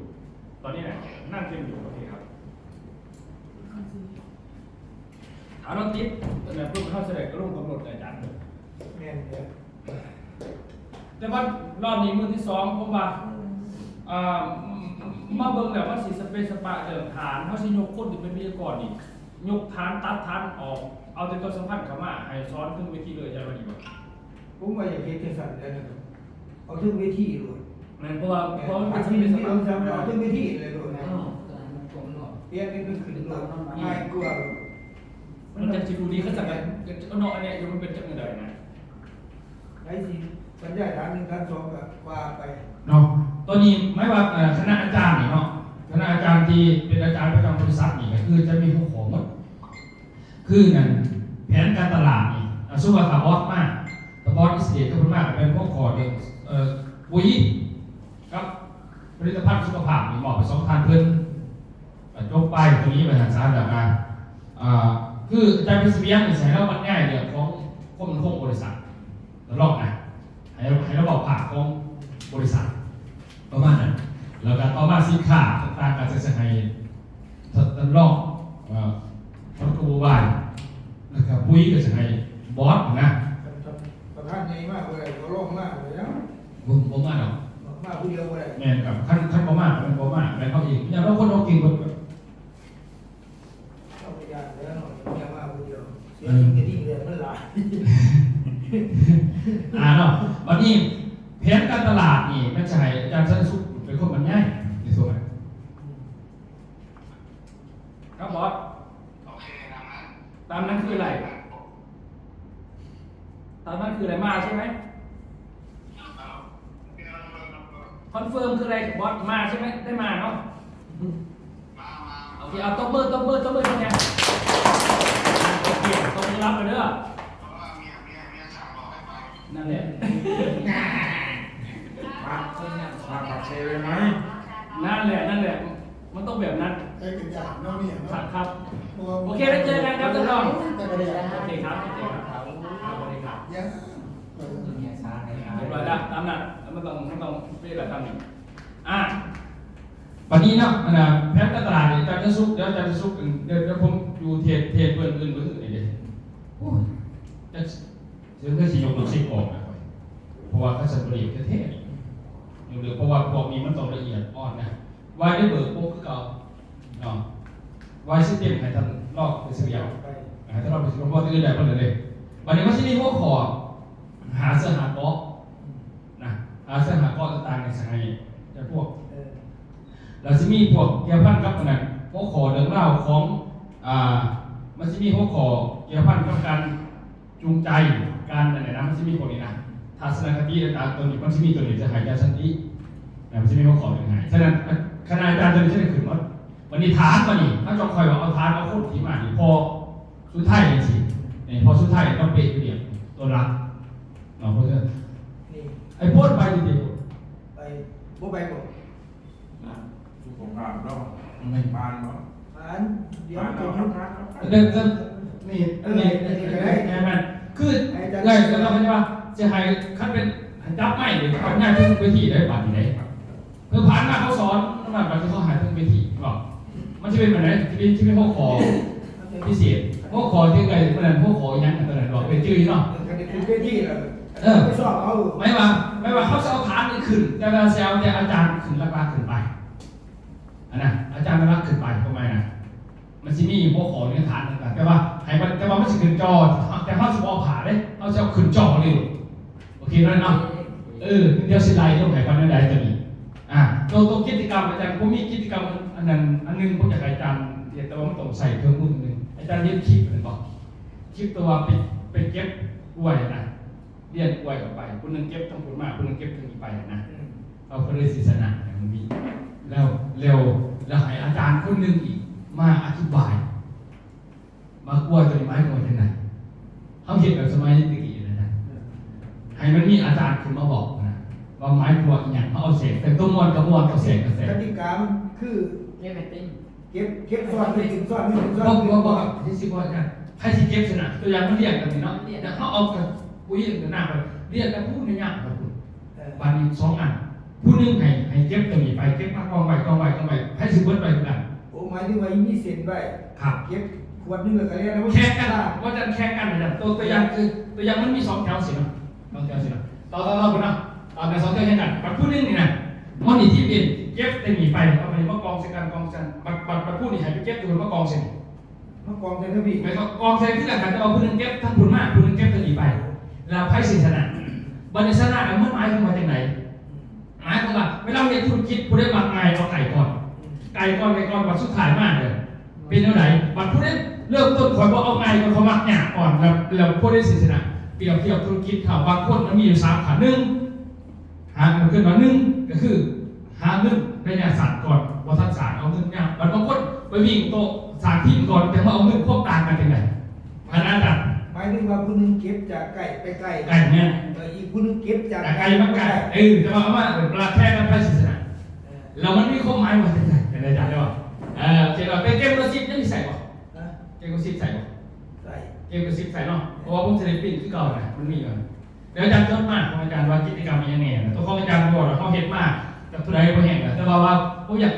เกมมาเป็นมีอาจารย์มาอธิบายพฤติกรรมนะเนาะ เกมเขากับว่ามีอะไรเลยมันจะมีเกมแบบย่ามือแรกนะเนาะก็เป็นเกมอันอยู่แล้วเกมมันร่วมคนอยู่แล้วเกมนับเงินยังว่าหลังจากเกมตัวนี้แล้วมันก็มีเกมอื่นไป วันนี้เรื่องเงินตัวคณะที่รับผิดชอบ เนี่ยที่ลงเวลามันจะ หน้าที่รับผิดชอบเนี่ยคือลงทะเบียนกับคณะกลุ่มเขาย่อให้บริการเนี่ยแม่ก็ไม่ยังในซอยกันนะเป็นของห้องประชุมนี่มันจะพวกแก้วป่ะเกิดคนเนาะอาจจะเขาชื่อถือตัวหน่อยไปนั่งเด้อใช่ว่าตอนลงมาที่เขาก็มีตู้ออกอยู่รุมอะไรนะมันมาครับผมอยู่ตรงนี้มันก็เมื่อยไปมันก็ไวเอาประตูหน่อยเพราะว่าประตูหน่อยที่ผมซื้อมาไปตัวนั้นเนาะแล้วก็ที่รักอาจารย์นั่นนอนเหมือนเดิมแล้วก็ต่อมาคณะทรงเพศนี่มันอาจารย์สติเราซอยกันครับอาจารย์สุเปิด2 คนเปิดนะเพราะว่ารอบเมื่อกี้นี่มีคนหยอกมากดิว่าอาจารย์สติทรงเพศครับเขาว่าขนาดเพศดินไม่ใช่เป็นเพศดินนอกจากนั้นตอนนี้การที่สร้างหน่อยก็นอกมันการขึ้นมานี่การขึ้นจะมีกิจกรรมกันเหมือนเดิมก็คือการจับสลากก็คือรายสื่อนะรายสื่อของมีเมื่อไหร่การชนิดขายของมีโปรมีหลักวัตถุบาทมีโปรกับมีจับรางวัลเหมือนเดิมเอารางวัลตั้งแต่เพิ่นนับเรามีเดี๋ยวโทรเมื่อกี้เพิ่นโทรมากอ่ะเสียข้อรางวัลเพิ่นแล้วรางวัลจะเข้าไปนับจับรางวัลแต่ว่ากลางคืนมีอยู่เงินที่มีนักของเนี่ยนี่อันนี้จากมาเริ่ม พี่ก็ได้คือมีวงดนตรี ตัวมือวันที่15มือแรกเดี๋ยวลูก 15คนเล่นมือสุดท้ายเขาก็มามือสุดท้ายเขาก็มามือทะเบียนมีเข้าไป14เขาเที่ยวมือตอนแรกไปนอนจะวันทะเบียนดอกจะอาบน้ำจะนอนแล้วเพราะว่าเขาเอาไปจะมือดึกนะจะเมื่อยจะนอนแล้วประมาณนี้เขาเห็นครับพอตื่นมากวันนี้พอกิจกรรมมันก็ขึ้นข้อมือตลอดมันจะมีมันนั่นวงตีนักของไทยมากจับสลากม้วนกันแต่ว่า เราไปแล้วไปที่มือ เบากันไปเรื่องเขาไม่ได้อย่าหอบเดี๋ยวเราไปนั่งกับหอบไปนั่งได้100ไปเอาเดี๋ยวก็ซื้อไปนั่งกับจักแพ็คกันได้เอาไปคนเบียนแพทย์เนาะเบียนแพทย์ใดอยู่คนไหนเบียนแพทย์แต่ก็ซื้อยากประเทศไทยเขาเอาไปบุรแบกอันนี้เบาไปคืออะไร เอาเงินจะเอาเงินธรรมดาจะเอาถือไปบุรแบกให้เอาไปไหนบุรแบก มันกินอยู่ประเทศเขาทำไมบอกจะมากินยาลาวนี่นะ ผมเป็นยาเขาซื้อไปกินผมเป็นที่เป็นขายที่เป็นขาย ขายพีชถ้ากินลูกพีชเราลองได้ เป็นยาที่ไปฝากมูยิวไปคือวันยังขันยิวไปสิผมเป็นยา นิดก็เป็นข่อยแล้ว เป็นเชือก ยิวไปรอดยิวเส้นทงบอกให้ใส่ลักมาได้กดมันมีเลย น้องหิว เอากินในกินใน ก่อน บ่งแล้วเนาะเอากินในคำเดียน เขาจะถามเอาไปยังเอาไปฝากมูเดี๋ยวเรียกเขาบวายสมองเขาบอกเขาก็ฝากวันนี้เขาก็จะยอมเดี๋ยวครับตำรวจโอเคก็มาผ่านประมาณนั้นเนาะที่นี่ยกไปแล้วเสร็จเนาะเดี๋ยวเมื่อแรกเขาจะเป็นนักเชียร์ตัวนี้แล้วอื่นการชีชกอีกที่มันจะจำตาคะแนนนะได้ซื้อสมบูรณ์เมื่อแรกกับอื่นทีนี้ว่าเบิ้งตัวนี้กันเนาะตัวซับเก่า30พอมาจะได้ตามมือวันที่15นี่บอสมากเราก็ต้องบอกเรื่องนี้เนาะบอกเรื่องนี้บอกเรื่องไหนก็คือบอกถึงนี่แหละนิวสตาร์นี้เนาะ BP Execution Matrix นี้ตัวนี้ที่จริงเนี่ยเนาะก็คือเขาว่าสิเฮ็ดเป็นโครงการใหม่ตัวนี้บอสเราก็เลยเล็งเนาะอยากให้มันเกิดขึ้นในฐานเรื่องนี้อันนี้คือบอสเล็งมากก็เรียกว่าเอานิวสตาร์นี่มาตามกฎนิวสตาร์ก็คือยอดซื้อปุ๋ยหัน1 พวง1เล่าหันวัน1 พวงไป2ที่นั่นเนาะ เราไม่ได้บอกว่า15 ตันแต่เขาไปจะไม่แยกเป็น15 ตันเนี่ยตอน1 คนบัดนี้กดหันเนี่ยกดของนิวสตาร์ก็คือเขามียอดซื้อปุ๋ยนี่ตอนนี้เป็นกดของพัสโกล่าเด้อ15 ต้นไหน1 คนเสือนิวสตาร์ที่กำให้ดูนี่ดูกับสตาร์บ้านของกันเลยเพราะว่าเขาซื้อเนาะตัวนี้มันก็ว่าอันนี้คืออยู่ในนี่แก้วก็มีซื้อนี่แล้วอันนี้เขาจะไปหมอนผู้ที่อุบลไอ้บอสก็บอกว่ามันเป็นโครงการเราประธานไทยประธานลาวเป็นกันเพราะว่าเขาเจ้าส่งมอบ S3 นี่ให้กับคณะอาจารย์หลังจากตัวบันคำศัพท์จะบริยุทธ์เนาะมีแต่ว่าจะเป็นผู้เป็นเทรนเนอร์กับอาจารย์ซื่อๆนะแต่ว่าสิมอบอย่างเบิร์ดวันนี้เขาจะเป็นยูทีอีเลยเขาจะยูทีพีพีเป็นทีนี้ต้องตัวนี้2 อันกับปั่นนิวสตาร์ที่งานอาจารย์เขาจะปั่นพี่นึง2 หาเขาจะปั่นนิวสตาร์ได้ป่ะเป็นใหญ่มากนี้ก็เลยว่าวัดนิวสตาร์15 ต้นเนี่ยตอน1 คนเป็นวันนี้รอบตัวนี้นี่มันเป็นเร่งด่วนมากวันนี้ก็เรียกว่านอกจากเขามี15 ต้น1 ที่นะ1 ทานแล้วนะผู้ได้ติดอันดับอยู่ใน10 คนอยู่ในเดือนนี้รายได้กระหายที่กันแสดงตอนนี้เขาตัดใบบางกีกับมีเขามาแต่ถามเบิ่งว่าวิทย์เดือนนี้เป็นปึ๊บเขายังอยู่ใน10 โมงเพราะว่าไม้ก็ว่าฐานเดือนนึงรอบ3 รอบมันมีแต่15 คนเราถามว่าเพียรหนาหรอก15 คนแสดงว่ามันเอาได้ไหนอยู่รวมกันแบบพูดได้4 เดือนใน10กูมาขนาดแต่ถามว่ารอบนี้มันนานเอาอีกแสดงว่าคนใหม่บ่มากพูดได้ติดอยู่ให้ยาวเข้ามานะนั่นแหละเนาะสิมีนั่นแหละมาซะรอบตัวนี้วันที่เท่าไหร่ก่อนวันที่10ถ้าตัดรอบนั่งกับวันที่ไปเบิ่งวันที่เลยต้องสบายเพราะว่าจะเอาหูขึ้นหน้าจอได้เลยวันนี้ก็สิได้ให้รางวัลเลยติดอันดับอยู่ในหันพอดีวันนั้นนี่ดีแน่นอนผู้ได้สติบาทก็ว่ากันไปมีรางวัลพิเศษให้เด้อเอาจะเบิ่งเสียนิวสตาร์วันนี้นิวสตาร์เป็นยังไงถามเนาะโครงการนี้บอสเราเล็งมากก็คือเราอยากเอาพรรคประเทศไทยมามองมันเข้าฉะนั้นหมายถึงว่าเขาบอกเอาว่าตำแหน่งนะครับจะเคยถามเราว่าบอสคือบอกคณะกรรมการบางคนวัดรู้ว่าไม่ได้มันจะมีคนได้กินแล้วก็ไม่ได้กินเขาจะเครียดก็ไม่นะเรียกว่าเอาบอสมาบ่าเรียกว่าพักนะเพราะว่ามันจะมีไปกินเข่าแล้วเนี่ยถ้าไปกินเข่าเลยค่าใช้จ่ายมันแพงนะตอนนี้จะมาเป็นใส่สูตรซื่อๆเมื่อคืนบอกเอานะเขาหมายถึงซะเขาหมายคือคุณภาพก็ได้ก็เอาเนาะอันนี้คือเสือสตาร์นะนี่นิวสตาร์ตัวนี้คือนิวสตาร์ตัวนี้เป็นจะเหมาะให้ในโครงการตัวนี้เป็นจะเหมาะเป็นครับเดี๋ยวตัวนี้เหมาะกับหมวกบอกเปิดทวิตมือที่2ใส่นิวสตาร์ก็ได้สำหรับคนที่ได้เสือเลยจ้ะมือที่2เขาใส่ดีก็ได้โอเคเนาะตัวนี้เข้าใจกันสินี่ก็ได้บัดนี้เพื่อจะเอาฟังประเทศไทยมากเนี่ย10 คนในถ่ายเดือนนี้10 คนมาห่วงแล้วก็มือทวิตนี่มือทวิตเนาะเพื่อจะมาวันศุกร์กลางคืนเขาบอกวันศุกร์นะมีงานอันนั้นมีไผ่ว่างานที่อาจารย์บอกนิวสตาร์ วันนิวสตาร์อาจารย์ BP Execution วันที่นี่29-30แม่นแล้วแต่เพราะว่าจะเอารถแพทย์ดิแต่ว่าเพิ่นขอเป็นของเพิ่นก่อนผมก็เลยเลื่อนไปอาจารย์เลยว่าเลื่อนไปเฮ็ดจะคอยว่ากันไหมเอาของเพิ่นก่อนเพิ่นขอมาจังซี่ก็เลยว่าคนไอทีมียอด15 ต้นนะกับมี1ซื้ออยู่แล้วอันนี้คือที่แจกไปแล้วนะมีอยู่แล้วเนาะมาที่นี่สำหรับผู้ที่บ่แม่น15 ต้นก็เพิ่นก็ว่าจะให้มันที่จริงเพิ่นขอ10 คนแต่ว่าคนที่15 ต้นมันฝากไปหาแล้ว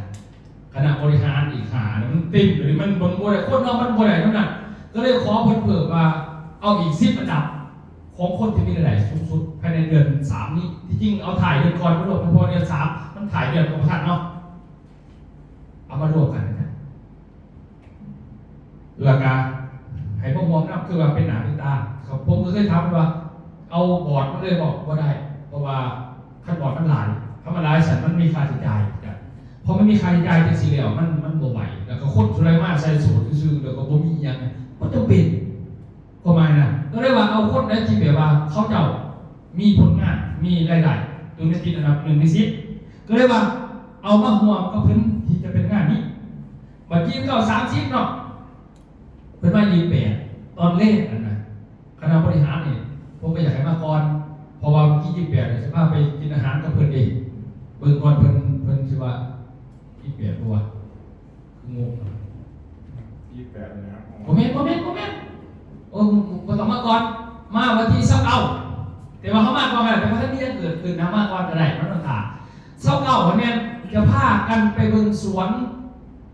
กาแฟที่ใส่ปุ๋ยเก่าเกษตรนุ่มก็เลยว่าตกลงกันจะไปปักซองก็เลยตกลงกันว่าเขาจะเอาสวนของนั่นไอ้ลำไผ่นะเพราะไม่เนี่ยสวนมันหลายอยู่แต่มันไปยากอันนี้อยากเขาลาก็เลยว่าเขาจะเอาไปมองสวนของลำไผ่นี้มันไก่ทักวันนี้ก็จะเอาที่งานเท่านี่นะคณะตาตั้งนี่ไปเบิ่งน้ำเราเป็นผักนะก็จะไปเลี้ยวไปอาหารกระป๋องกาแฟปักซองไปนะมันเลี้ยวไปนั่นเองกลางคืนอันนี้เนาะตอนกลางคืนกับห้องเขานอนปกติแหละแต่ว่าสตาร์เขาจะไปยังคณะบริหารเนี่ยที่จะไปขับตอดเขาพาเขาไปหาอาหารเลยนะอะไรคือทมิตตื่นขึ้นมาวันอาทิตย์วันที่จะมีการประชุมอยู่นี่นี่เป็นเป้าหมายของบอสคือจะให้ประเทศไทยขึ้นหลักก็คือการเขาบอกเขาจะเครือข่ายเขาไม่ได้แถวใจเครือข่ายขยันคือผมเนี่ยเห็นที่ซ้อนเรื่องนิดเวิร์กให้เขาเปิดแล้วก็บอสสิเที่ยเรื่องอุ้ยเท่านั้นแหละวันในการขึ้นเขาบอกวันอาทิตย์วันนี้เอาเนื้อสตาร์ไปเรียนกันแล้วเบิ่งว่าอาจจะเป็นยูนิคประจันแล้วแต่ขั้นยูนิคก็ต้องเป็นปิดผมเรียกแต่ว่าขั้นปิดผมคุยขั้นปิดเขาเลยจะไปเบิ่งยังพอเขาเป่ามาเขาจะไปเบิ่งขาวข้อหมายพรูซิโอก็ได้ป่ะเป่ามาเขาจะไปเบิ่งขาวแต่บอดมันเขาเสร็จยังไงเดี๋ยวคุยกันนี่เนี่ยไปเนี่ยไปอุบลเนี่ยทุกอย่างนี้หมายถึงว่าวันนี้ก็เก่าเที่ยวไปลองกินกาแฟกับนอนเดินมากไปตรงนี้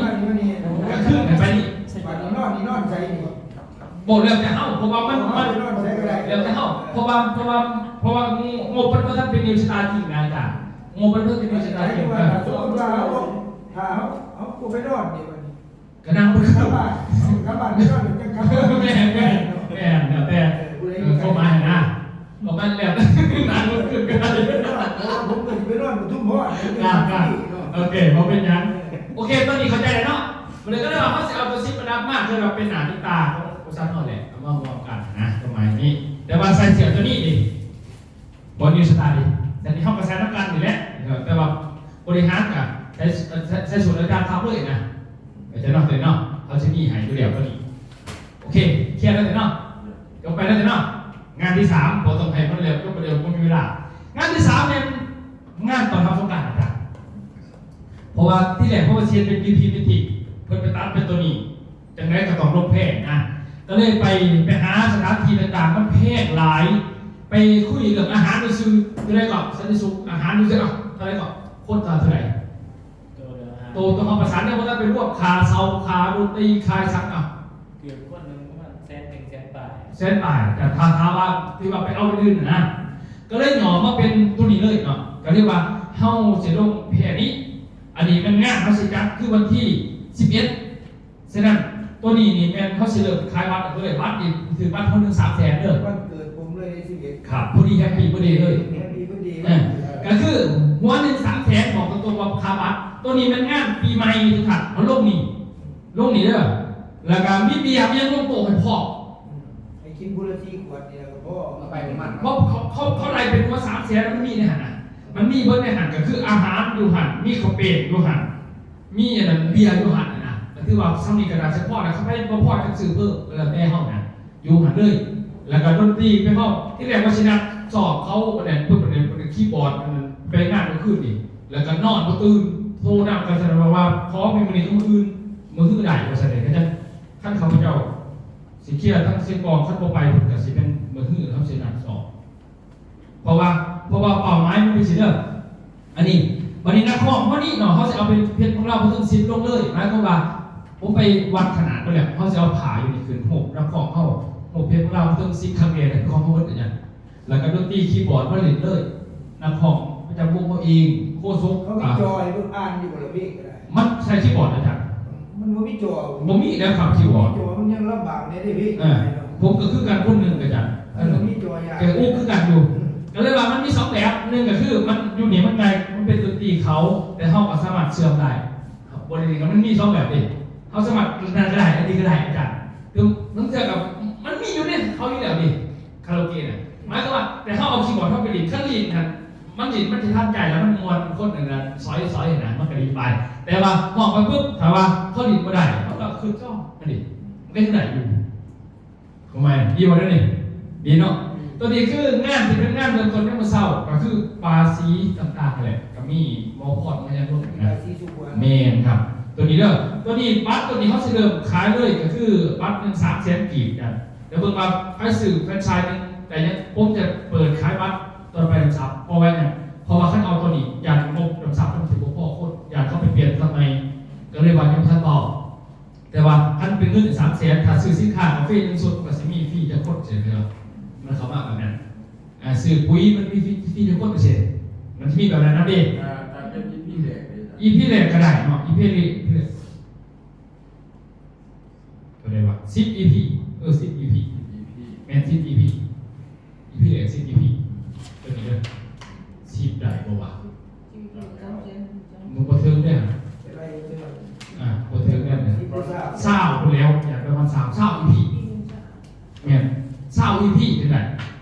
มันจะได้หา100เนาะหา100ก็หา30กับ300,000ตัวนี้มันเท่าไหร่กับ300,000บ่บ่โอเคลืมไปเลยก่อน300,000เอาสิเอาเศร้า EP เด็กได้บ่มีหยังโอเคบ่มีหยังนี่เฮาลบกันไปแต่ว่างานนี้เฮาต้องเกินรับ100ไป200คนเดี๋ยวเป็นงานสิริมงคลเฮาเสือบ่มีหายเด้อเสือเอาเด้อเสือเด้อเพราะว่าคันบวกกันเป็นแพงโหดบ่อยากมันแพง ตัวใดก่อนต้องเส้นหาที่เรา บ่เกินตัวละแสนหรอก ตัวแสน แม่นบ่เกินตัวละแสน นั่นเป็นส่วนของผม ข้อกลมครับพอผมสั่งเห็นตัวอย่างว่าอยู่ใน10ตัวนี่ให้เขาเห็นตัวอย่างมื้อนี้ผมกำลังสั่งออกมามื้อนี้บ่เปิดตื่นมาบ่ทันได้ปรับนะแต่ว่าจะผิดเครื่องผมเถิดเอาจังซี่มาลงนี่นะครั้งแรกมันโหลดแค่นี้มันผู้ปรับกัน แสดงว่าผู้รวมกันใส่เสื้อตัวนี้ ครับแบบนี้เพราะเขาก็ใส่ก็บ่เป็นหยังเขามาหาแต่ว่าข้างหน้าเฮ็ดหมู่เฮ้ยเนาะหมู่ใส่เบิดมันจะคือบ่จะของขนาดเฮาไปบ่ว่ามาบ่ใช่หรอกเอาจะไปวันอื่นนะพ่อเนาะขนาดไปเต้นระบบอยู่ส่วนโอกาสเฮ็ดหมู่ใส่เฮายังซื้อมันบ่คือกระไข่แพงนึกเอาเลยบ่เขาเป็นซื้อนะว่าถือว่าอันนี้มันเป็นของเฮาเองเฮาก็เฮ็ดไปเนาะอันนี้คือทางลับเป็นภาษาลาวเด้อที่ว่าจะส่งเข้าลาวสุดนะเพราะว่ากันเพิ่นส่งมาให้นี่ตอนนี้น่ะแบบนี้โดดเป็นสีแดงที่มีภาษาสีอื่นเพิ่นบอกว่าเอาสีแดงมันจะงามเพราะเพิ่นบอสนี่สิกับนั่นรอบอาจจะมานะอันนี้นะก็เลยว่าตัวนี้เนาะแต่ว่าเขาบอกไปเพราะว่ายูนิฟอร์มเขาสิเปิดขายเลยแต่ละโปรเดสซื้อกาแฟแล้วมันก็สิมีก็ไปครับจากตัวออกมาเลยดีมานั่นเนี่ยเก็บไปเพราะว่าจองเร็วถ้าตัวจองอยากคนอื่นไปจองพอไหมนะพาเพิ่นไปอันนี้คือตัวนี้เนาะวันนี้พีพีเมทิกก็หนาไปพีพีเมทิกเนี่ยครับเดี๋ยว15ลองเหื่อในน้ำคลองไปเบิ่งหน่อยจ้ะนี่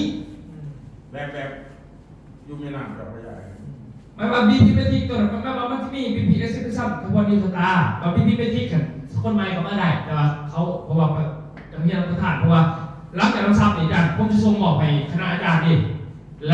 ล้วผมสิวันนี้ว่าพอได้อยู่น้ำตัวนี้นะทำไมนะสิบอกว่าคณะอาจารย์เป็นดูแลกันทำร่องบริหารนะเนี่ยวันนี้ผมสิถามไม่ใช่ตัวนี้ดิตัวนี้แสดงงานผมตัวนี้คือผมจะพาไปลองแพร่นั่นเป็นน้ำคลองนะไปเบิ้งเลยบ้างเนี่ยพูดได้มากกับไม่แต่ว่ายังจะเสียมากครับมีโปรมีอะไรสินะมันจะมีประธานอารมณ์อาจจะเอาบอสมาหนักสินะเช่นแบบนั้นเอาแต่ว่าพวกนี้นี่ครับปกติไป1 2 3 4นี่คือให้คณะบริหารเฮ็ดครับ1 2 3 4นี่ตรงนี้แมทริกกับพีนึงสมคบนี่พ้นจะเป็นตัวนี้แล้วพ้นจะบอสอิสเดียมันซอยนะมันกลายเป็นว่าเราก็มีบทบาทของเรานี่เรียกว่าเป็นเรื่องเล่าที่ดีที่ว่าถ่ายเดือนนี้เป็นกับว่าซอยเขาตัวนี้แหละกำลังขึ้นโค้งตัวนี้ก็เรียกว่านี่คือสิ่งเกิดขึ้นวันนี้พบเช่นตัวนี้นี่ลองเมื่อแม่พอมีแล้วเมื่อจองเรียบร้อยเลยว่าไปคุยเรียบร้อยแล้ววันน่ะนี่พอไปลบนี่ถ้าลงเขาได้จะเป็นยังไงฉะนั้นได้มาปีใหม่เนาะในงานปีใหม่นวลเลยผมมีอันหนึ่งนวลอย่างเดียวครับนักของในงานเฮาสิเริ่มชั่วโมงแล้วชั่วโมงเขาจะเริ่มตั้งแต่ทุกเสาร์กันเลิกหาโมงแรกไปแล้วมีจับรางวัลพอเพราะว่าไปจองไว้วัดมือเหมือนกันขอเขาวัดมือไหนขอเขาวัดมือเลยแบบเพราะว่าขั้นเอาเต็มขั้นมาเซาเองเนี่ยโอ้ยยุ่งยากสับสนขนาด ตัวนี้นี่บัตร300,000แต่ว่าเฉลิมขายคือตอนเป็นสับพอตอนนี้ผมท่านอยากบอกคนกัน ก่อนเนี่ยมื้อแรกเนี่ยหมายถึงว่าอาหารเช้าอาหารเที่ยงอาหารแรงเนี่ยบ่หรืออาหารเช้าอาหารเที่ยงนี่ มันก็ต้องกินเสาร์ก่อนมันต้องมีแต่เที่ยง กินเช้าก่อน แม่นครับ อาหารเที่ยงเท่ากับ แม่นบอกเสาร์ไม่ว่าเขากินไปก่อนเลยนะ มาก่อน เพราะว่าแม่คนเรียนเที่ยงแต่เขามีประจำอะไรอยากสร้างกันเลยแต่เขามาเขาอยู่หมองเขาเยอะเลยเขาอยากสร้างเป็นจุดเด่นเลยแต่นะเพราะว่าเขามีอาหารเนี่ยให้เขาเจอ สั่งมาก่อนแทนว่า คืออาหารการกินเบียร์แต่ว่าโรคตัวไฮเลียวทุกอย่างเป็นนี่แหละก็เรียกว่าเด่นมวลอยู่นี่ยังได้นี่สามัคคีได้นี่ไม่ยังปฏิจับรางวัลมาเนี่ยจับรางวัลตอนมุ่งบินเหมือนเขาจะจับคนไปอยู่กับกระดาษดีกว่าเลยดีเนาะจับรางวัลเอารางวัลใหญ่หลายเลยเอาไม้เขาจะเสียเทียนขาดเลยคนใหม่ก็ได้เด้อคนใหม่ก็พาเขามาได้ที่เขาแต่ละทีมกับเต้นั่นแหละเขาเสียกับพาเขาหมดติดตัวไฟตัวมันเวทีก็มีเข้าคาซิมีกิจกรรมประจำโต๊ะอะไรก็ว่ากันไปโอเคหมดตัวนี้โอเคเนาะปีกายเขาเห็นอยู่นี่นิดนึงนะปีกายเนี่ยน้อยนึงปีกายเห็นอยู่นี่เพียงแต่เรื่องเวลามันแกนที่ซื้อเดินเข้ามาเหมือนกันเนาะปัดปีนี่ตาเนี่ย แม่นบ่อยู่บ่ได้ว่า อาจารย์นั่นบริมาเนาะ บ่ตอนนั้นผมบ่ทันได้แต่ที่ก็เลยมันเพื่อไปเด็กบ่ บ่ครับแล้วก็เป็นพีจีล่าครั้งแรก ผมเคยมาผมเมื่อบ่าย แสดงว่าเขาก็ไม่ได้โดดเลยเนาะ อยู่บ้าน เขาไม่ได้โดดเขาบอกเนาะปีใหม่หอบนึงก็ยังพากันงงอยู่เนาะว่าถ้าโดดแต่วันมันคือโดดเลยเพราะเห็นเกี่ยวกับมือเห็นเกี่ยวกับมือซื้อมากแบบไปมันก็ไปเลยผ่ามันเปลี่ยนไปเรื่องหลายโบดบาปมันนะทุกประหยัดไปเป็นไผ่มันหลายแต่ว่าลองขึ้นเอ้าปีกายเขาจัดอยู่นี่ให้มาบนท่านได้มาคุณล่ะบนท่านโดดไหน ว่าแม่นบ่หน้าผมบ่ได้มาหน้างานผมมาอยู่ดอกเว้ยเนาะ มา มีใส่เสื้อลายดอกไม้มาอยู่ เอ เนาะ อสิแม่โอเคแล้วตัวนี้พอมันสากที่ได้ว่าบริษัทที่ไม่มากเราเต้นะหมอเราเต้เช่าอีพีแรกก็ได้ซื้อสินค้าอะไรก็ซื้อกาแฟนี่โปรนึงนี่มันเดือดจักอันกับว่าแบบปุ๋ยดีเดี๋ยวจะให้เพิ่นเริ่มคิดให้เลยพวกที่เพจตัวนี้แรกตัวต่อโอเคนั่นเองเนาะยกดับวันนี้มาต่อด้วยซาฟารีเบอร์เนาะอันนี้มันกับวันที่10 ปลายแล้วซาฟารีเบอร์ปกติเขาเศร้าปลายอันนี้บอกตรงๆว่าใหญ่ด้วยกันใหญ่เป็นต้นเดือนหาแม่เดือน5บ่ ต้นเดือนหาแม่บางทีโพดอย่าเข้ามาไหวเพราะว่านั่งขึ้นแล้วมันชนกันหลายก็เรื่องมันใหญ่เป็นยังนี่แหละสาเหตุที่มันใหญ่ที่จริงค่ะผมคุยกับบอสเนี่ยแล้วก็ทะเลาะเรามาข้อใหญ่เป็นยังคือใหญ่โปรเมนก่อนนี่เลยเขาต้องเอาตัวนั้นก็ได้แต่ว่าทางประเทศไทยที่เขามาห่วงเราที่แรกเขาท่านบอกเขาจะมาบอกเนาะเขาอยากทำเป็นของเขาเพราะว่าเขาที่จัดงานดูเนี่ยแต่ทบุรีลงโต๊ะลงยังอะไรจ้ะแล้วก็เอานักหอกตั้งมากเป็นเวทีนะทางเฉพาะองค์บริษัทสาขาทบุรีก็ได้ไปอยากให้เล่าในมุมมองของเขา โอ้หมายถึงว่าพวกอยู่จันทบุรีสิ แมนครับ บ่แม่นเฮาไปจันทบุรีอีกเด้เนาะ บ่แมนหมายก็ว่า คือเขาสิมาห่วง จันทบุรีเขาสิมาขายเดือนนี้หาเฮาจันทบุรีใช่ไหมผมมีเรื่องคิดใช่ไหมบริกุ้งเนี่ยเขาขอให้เราเป็นคนของเขาว่าเขาอยากมาซาฟารีเวิร์นะแต่ว่าเขาอยากจัดงานแต่อยากให้เขาเป็นคนเขาได้บ่ ผมหมายถึงว่ามือเขาไปซับริเวอร์นี่ เขาจะไปจัดต่อคือมันก็เลยกลายเป็นว่าบอสต้องจ่ายเงินเพิ่มมันเลยถามว่าบอสจ่ายเงินเพิ่มบอสจริงว่าไม่เป็นไรถ้าเป็นบริษัทก็จ่ายพอถามไปตามคิวจริงๆมันก็โอเคพอเข้าไปจ่ายวันนี้ก็เรียกว่ามาเบิ่งกำหนดในการไปแต่เบิ่งเหมือนกันมันจะเป็นอย่างนี้เนาะก็คือเขาเดินทาง บอสแล้วสิบ่เปลี่ยนแปลงอีกก็ล่ะ โบดอกคนนี้เพราะว่าเล่าเป็นคนขอมาตัวนี้ บ่ แมน บอสมือสิว่าไปเนี่ยไม่ เอาตามนี้ก่อนอันนั้นเกิดก่อนคน เดี๋ยวพวกมันใจ สมมติจะตั้งต้นเดือนได้หรือเปล่า เขาก็มีเมื่ออยู่ดิ เดินทางหนีเข้าไปสมมติว่าตอนนี้เข้าไปวันเสาร์เลยเข้าไปวันเสาร์แม่ กับปฏิทินคือกับ นี่เลยจ้ะวันเสาร์เนี่ยเข้าไปตอนเล่น แดงสอง แรกวันเสาร์แม่ปื้ด แจกอยู่ อาบน้ำที่บ้านชวนเนี่ยต่างๆ มีเสือบัตรแต่ละบัตรเสือสีต่างกันเพราะว่าคนมันหลายมันเป็นหมื่นคนวันนี้ไปฮอดเพิ่มนี่เฮ้าสีต่างกันใส่ว่าหัวหน้าทั่วเขาสีน้ำกันได้ ข้อความสอบไปของคนหนาทั่วดีของไปของเราเลยบอกโอนปนกันได้เพราะว่าไปหากันอะไรก็ได้สีบัตรหนึ่งสีนั้นบัตรสองทีประชันยังอันนี้เขาจะมาบอกกันอันนั้นหลังสงกรานต์เห็นนะตัวนี้3 วันเลยสิไปเยี่ยมเมื่อเช้าเขาไปอาบน้ำที่บ้านสวนกินข้าวเช้าบ้านสวนแล้วแต่เขาก็ไปเข่าเนี่ยนะมันเกิดสิมีบัตรมียังกินข้าวที่นั่นนี่มันเลยน้ำกันนะวันนี้เขาจะพาไปสวนสัตว์เปิดสวนสัตว์ปิดก็คือไปเมืองการแสดงต่างๆก่อนเลี้ยวปั๊บก่อนประมาณ3 โมงแต่ก็ให้เกิน3 โมงแรกเอาขึ้นรถบัสเดินทางห้องเพลงกันนกน้ำอีกปึ๊บไปจันทบุรีในมือวันเสาร์วันอาทิตย์อะไร วันอาทิตย์เขายังใช้ซุปนั่นคือเก่าจ้ะไปหอดจะทำที่ปั๊บวันนี้เพื่อนเขาถามเขาเลยอยู่นี่เป็นงานหรืออย่างด้วยบัตรอย่างงานเตรียมรวมโต๊ะจีน มันไปกินปูที่เรา มีโต๊ะจีนนะจ๊ะนี่คือว่าพวกอะไรนะพวกห้างเครื่องรุ่นเดียวก็พวกห้างเครื่องรอบใหญ่เลย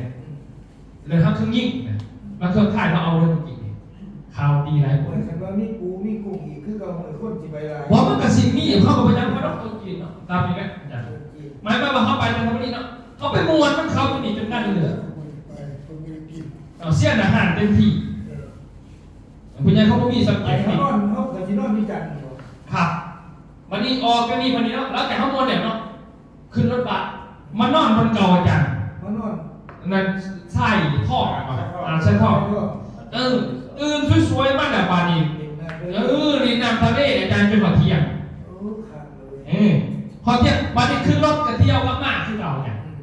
นี่คือแผน เดียวเป็นรถเอง แสดงว่านอนขึ้นหนึ่งวันจันทร์ต้อง แจกกุหลาบคือเก่า วันจันทร์ต้องครับ ครับเอลซี่นะเข้ามานี่เป็นสิ ครับ ครับเนาะ เดี๋ยวเราไปวัดอะไรอีกวัดยาซ้อไปแย่งลำไยกันด้วย ไปแจกเราได้อีกผู้เล่นเกมเงินไป3 บาทเพื่อน ลำไยร้าย ไปวันเขาถือเด็กเวลา เขียนเบิดแต่ ก็ ว่า คอยยังทัดใจก่อนที่เขาถือเด็กเวลา หัวท่านใหญ่หัวที่ไปบุรีบ่ โอเคตัวนี้เคลียร์เนาะเคลียร์เนาะ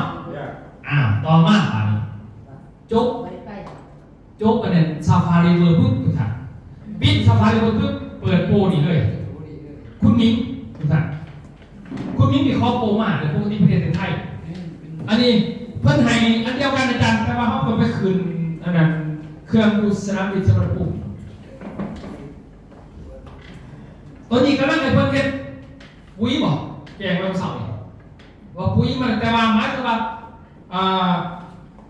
ให้เขาไปขึ้นรถอยู่สนามบินสมรภูมิก็จะคือแกนแบบเอาสิขายเลยเขาตัวนี้แต่มีเทสามเหมือนเก่า มันไปขึ้นเรื่องอยู่ส่วนรูปบัตรไปจะเหนียวไปเอง เขาจ่ายเองต้องการพวกกับไปเพื่อนจ่ายต้องการอยู่แล้วเขาไปมันเอาเงินมาให้กระจายเนี่ย เขาไปรถเหมาเหมือนรถ ไม่ใช่รถเหมาเลย นั่งรถทั่ว พกไปก็พกเป็นบอกพกเอารถตู้นี่ครับไปหอดสนามบินอุบลพกพันนั่งยุ่นไปอุบลไปหอดกรุงเทพ ไปกรุงเทพ นั่งในกรุงเทพไปหอดจีนกลับมาในปุ่นคือขี่ยนต์2 ตอนเนี่ย แล้วถ้าโปรโมชั่นนี้ 30,000กับ กาแฟยังไง นี่กาแฟม่วงก็คือกาแฟแนวดีๆก็เลยกาแฟม่วง แต่มันแปดไม่ ที่ ได้ ยังมีสาม วันนี้นี่นั่นรวบเป็นเบิร์ดเป็นราคา30,000กับ อ๋อที่ว่ามันโปร 30,000กับ หมายถึงว่าซื้อปู39,000 ครับ พันทีวี ได้ของแบบนี้ ของตามนี้ แล้วก็ได้ไปหลบ กาแฟ เป็นยังพูดจังเลยนะมันไปคุณมิ้งเพราะว่าวิชาไงเดี๋ยวเรียนไงมันยากเลย ว่าบัสกูนี่ ผมนั้นวันนี้คนไปซินี่เขาตีกันเหตุโปคณะเอาใน39,000แสนจะไปบอกเอาเลย มันได้เรื่องยา ในของดีมากครับไม่รู้วิธีขายเอาอะไรที่เก่า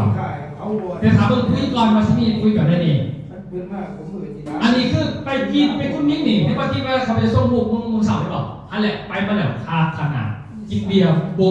มิมองหนาวเมื่อมันหนาว เนี่ยเอาไปเราแบ่ง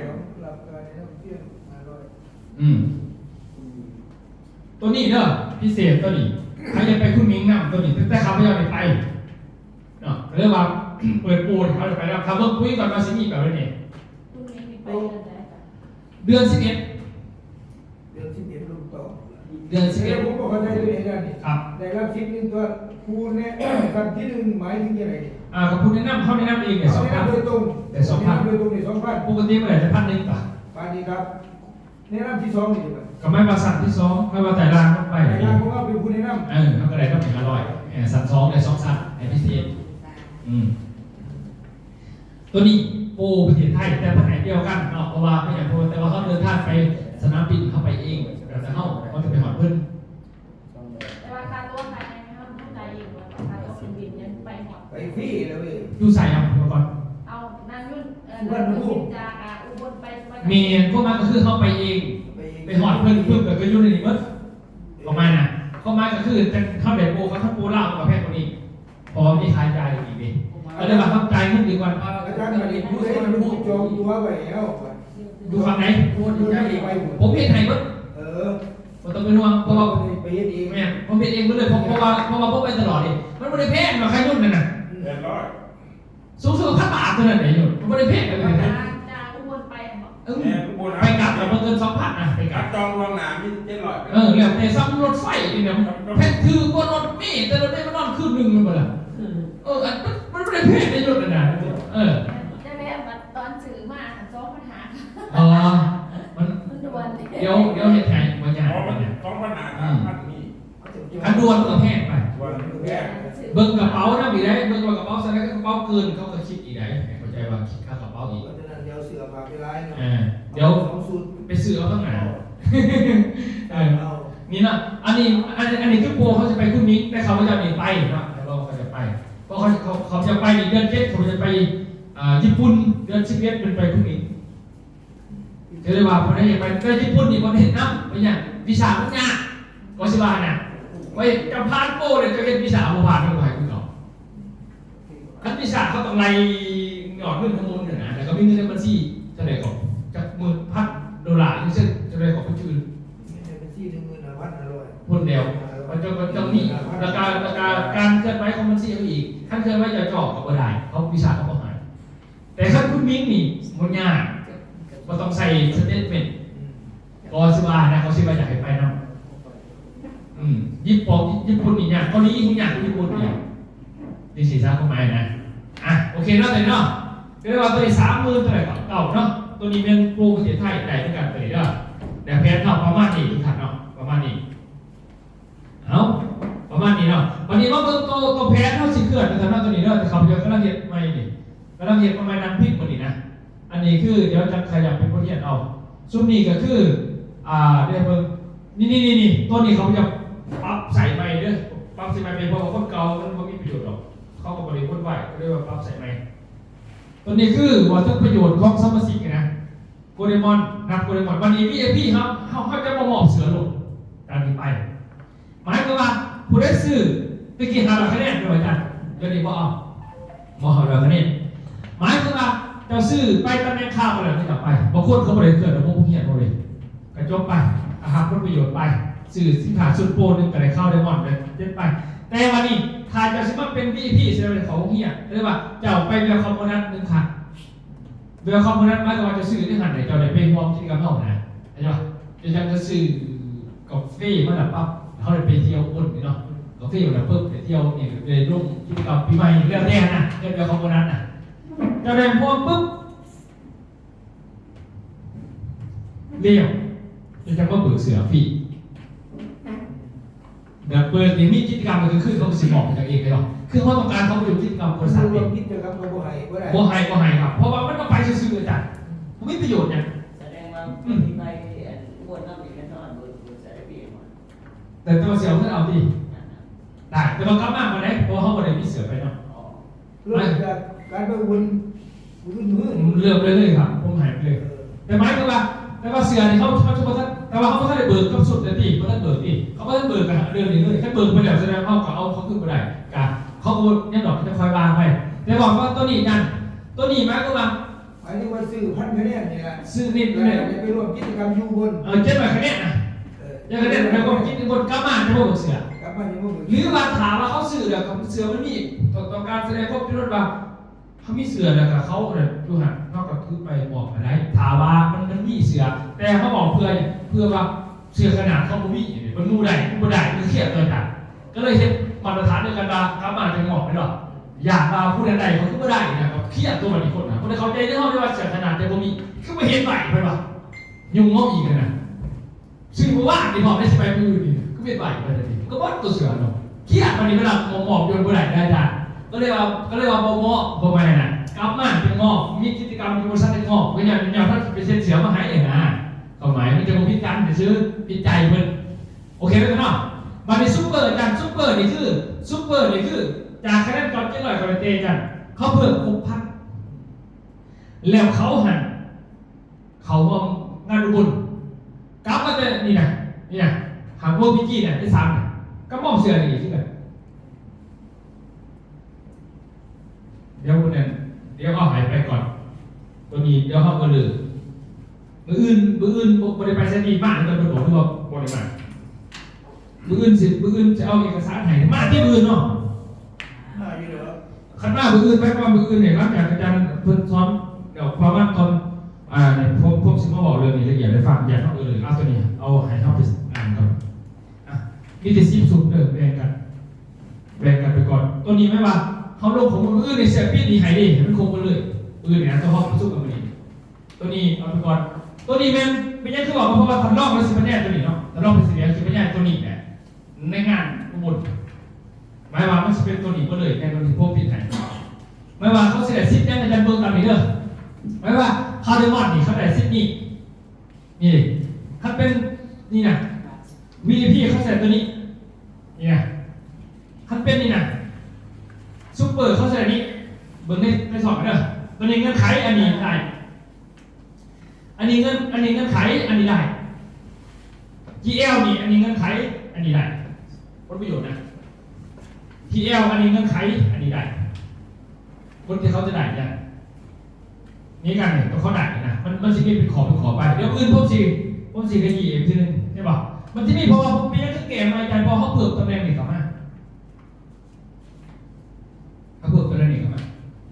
ตำแหน่งตัวนี้จะเป็นคณะอาจารย์นะจ๊ะตัวนี้เฉพาะอาจารย์นั่นเดียวเลยเนาะคณะอาจารย์เนี่ยผมจะมอบเสือสูทมือวันเสาร์ขึ้นอยู่บนเสาอันนี้ CEO อันนี้กรรมการอันนี้บริหารอยากได้บริหารจะต้องเห็นตัวนี้เห็นนี่ราคามีผลประโยชน์ที่จะได้เป็นอาจารย์จะเอาเห็นนี่ราคาจะได้นี่ได้เพื่อคนไหนแต่ว่าตอนนี้ไม่ว่าเขาจะเป็นบริษัทเขาจะเอาคนที่เกิดการปิดบริษัทก่อนตัวเป็นแล้วก็ต้องเห็นหน้าที่ครั้งใดคือจะต้องสอน A3 มันมีจะขอดเท้ามันบอกมันมีเบอร์พีจีมี BTC STP ผู้จัดการสาขาบริษัท แม่นผู้จัดการเนี่ยเป็นขับเคลื่อนควบคุมกลุ่ม อาจารย์เอแล้วสิว่าสอนผู้ควบคุมที่ไหน เราบริเฮ็ดเนาะเพราะว่าเราแทนประธานนี่เอาแทนประธาน เราสิว่าเป็นควบคุม มันเป็นสำนักงานใหญ่ดิขั้นสาขาย่อยขึ้นไปอันนี้เป็นสำนักงานใหญ่ประธานอยู่ดิอีกทีนึงขั้นมามองได้ตรงมีประธานอยู่ชื่อสำนักงานนะแต่ต้องคิดเองเป็นอันนี้ไม่มีประธานอยู่ห้องประธานอยู่ดิมันกับมีคนเดียวแต่ว่าเป็นหุ้นที่ซื้อก็เติมไขเขาใหญ่ตัวนี้เด้อไม่ว่าอันนี้เงื่อนไขอันนี้คือคนในห้างทุกคนตัวนี้ได้หมดขอแต่เงื่อนไขใดๆเนี่ยเพราะว่าอันนี้คือว่าตำแหน่งหนาที่รับผิดชอบบ่แม่นตำแหน่งพิษตำแหน่งคือภาษาไทยหาตำแหน่งน่ะตำแหน่งนี้คือบ่แม่นอะไรคนละอ่านกันเลยมีคือห้องก็มีแต่ว่าคนอ่านกันตัวนี้บ่เกี่ยวกันกับตัวนั้นนะฉะนั้นไม่ได้บอกว่าให้ไปตัวนี้เอาออกเอาขึ้นมาออกคอยตำแหน่งเรียกบ่ได้ดิตำแหน่งนี่ตำแหน่งเรียกเก่าบ่แม่นตำแหน่งเงินเข้ามานะบ่แม่นว่าขึ้นตำแหน่งเนี่ยคุณระบุนี่บอกชัดนั่นชัดนี่แต่ก่อนนั้นเอาออกบ่ได้เอาเงินเขาได้ดิอันนี้บ่แม่นคือว่าตำแหน่งหนาเวียกหนาหน้าก็เลยว่าเบิ่งก็ยังคือคณะอาจารย์นี่เนาะนี่ว่าตามนี้เลยคณะอาจารย์เดี๋ยวเขาไปจะท่านขยี้เนาะท่านขยี้มันไม่ได้จะเครียดแต่ละขอกันไปเนาะเอาไอ้เบิ่งข่าวๆก็เลยแต่อันนี้คือ CEO เนาะแต่เขาบอกกันดอกก่อนแบบประกาศนี่นะบัดตัวนี้คือผู้นำดาวเด่นเมียมาอีกเลยดาวเด่นนี่ก็คือสตาร์เนี่ยมันจะมีนิวสตาร์นี่คือเงินไขอันนี้คือสิ่งที่เขาจะได้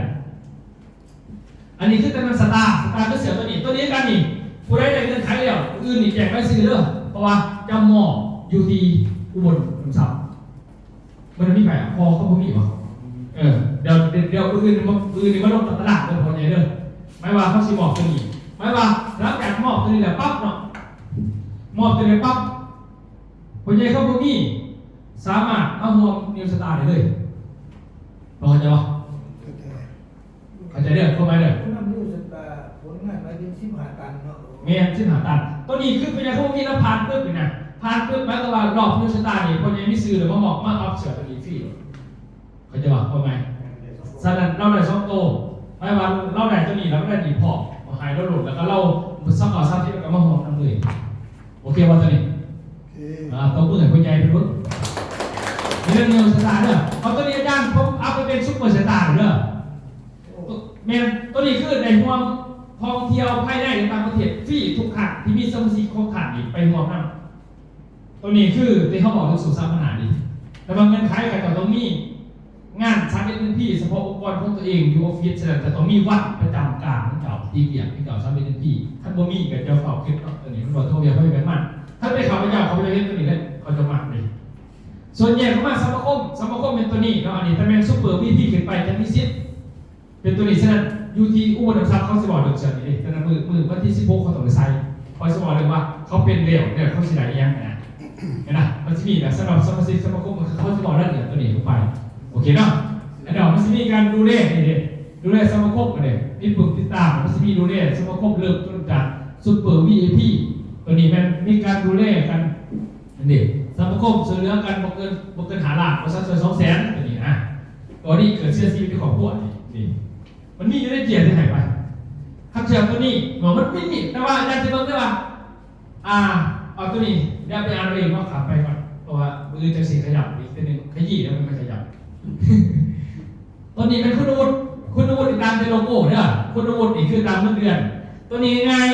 เจ๊ตัวนี้ท่านผู้เบิ่งรหัสของเก่าเนาะตัวนี้หมายความว่าคณะบริษัทเราก็คือจะมีได้หับจับผู้ครบ100,000จะได้ตัวนี้เงินเดือนเป็นตามฟังออนจับผู้ครบ300,000เดี๋ยวครับคุณดูดิเด้อหมายถึงว่าบ่ได้กำหนดเวลาบ่มีกำหนดเวลาได้รับเงิน100,000 บาทก็หมายถึงว่าได้รับแม่นแจกเสือแจกซื้อมาเข้ากับสายเขาตัดให้ตัวนี้มันจะเป็นอีกโลโก้นึงคนอ่านกันได้หรอกนี่มันจะมีขอไปเด้ออันนี้คือจะบอกไว้นึงแต่ว่าอื่นจะสิไปกี่น้ำอีกก็มือเด้ออย่าให้เข้าใจว่าจะสู้จริงๆต่อคนในเรื่องนี้เพราะว่าเราพูดสิเป็นผู้บรรยายโอเคเนาะมันแล้วหน้าหยุดหน้าเหี่ยวเด้อเราบรรยายซึ่งปานได้มั้ยมันอาจารย์ตัวนี้เป็นผลประโยชน์เด้อผลประโยชน์ที่ว่า OPP VIP เนาะอาจารย์ตัวนี้ใน S2 นี่นะนี่เนาะเวลากิจกรรมตัวนี้นะเขามองขึ้นป่ะมันได้อัปเดตเรื่องตัวนี้อัปเดตให้ตัวนี้แม่นใส่กดอีกหมดเลยตัวนี้ทาว่าคนของเจ้าฮับเสือนี่ไม่ไปอย่างเดียวตัวนี้ฮับ100เลยไปป่ะจะฮับ100เลยทาเขาคือเป็นเจริญละเศร้าเป็นให้ก็ไหว200มันลายกันผมจ่ายลายนึงผมเป็นสิบบาทในตัวนี้ดิคนเก่าจะมีคนเก่าจะบอกคนเมื่อกี้ใจคนหนึ่งเลยซุปเปอร์ก็พี่แม่ใน100เศร้าผมเป็นจ่าย100เศร้าไม่ใช่มันเพิ่มตัวนี้ได้100นึงต่างหากนั้นก็เพิ่มมาอีกซ่าเวลาเขาคืนนี้ไอ้100เศร้าต่างหากไหมมันบวกกันเลยแต่มันเพิ่มเศร้าไหนไอ้อย่างไรต่างหาก100เศร้ามาเขาคืนมาในเพิ่มเจอ150คนนี่นะ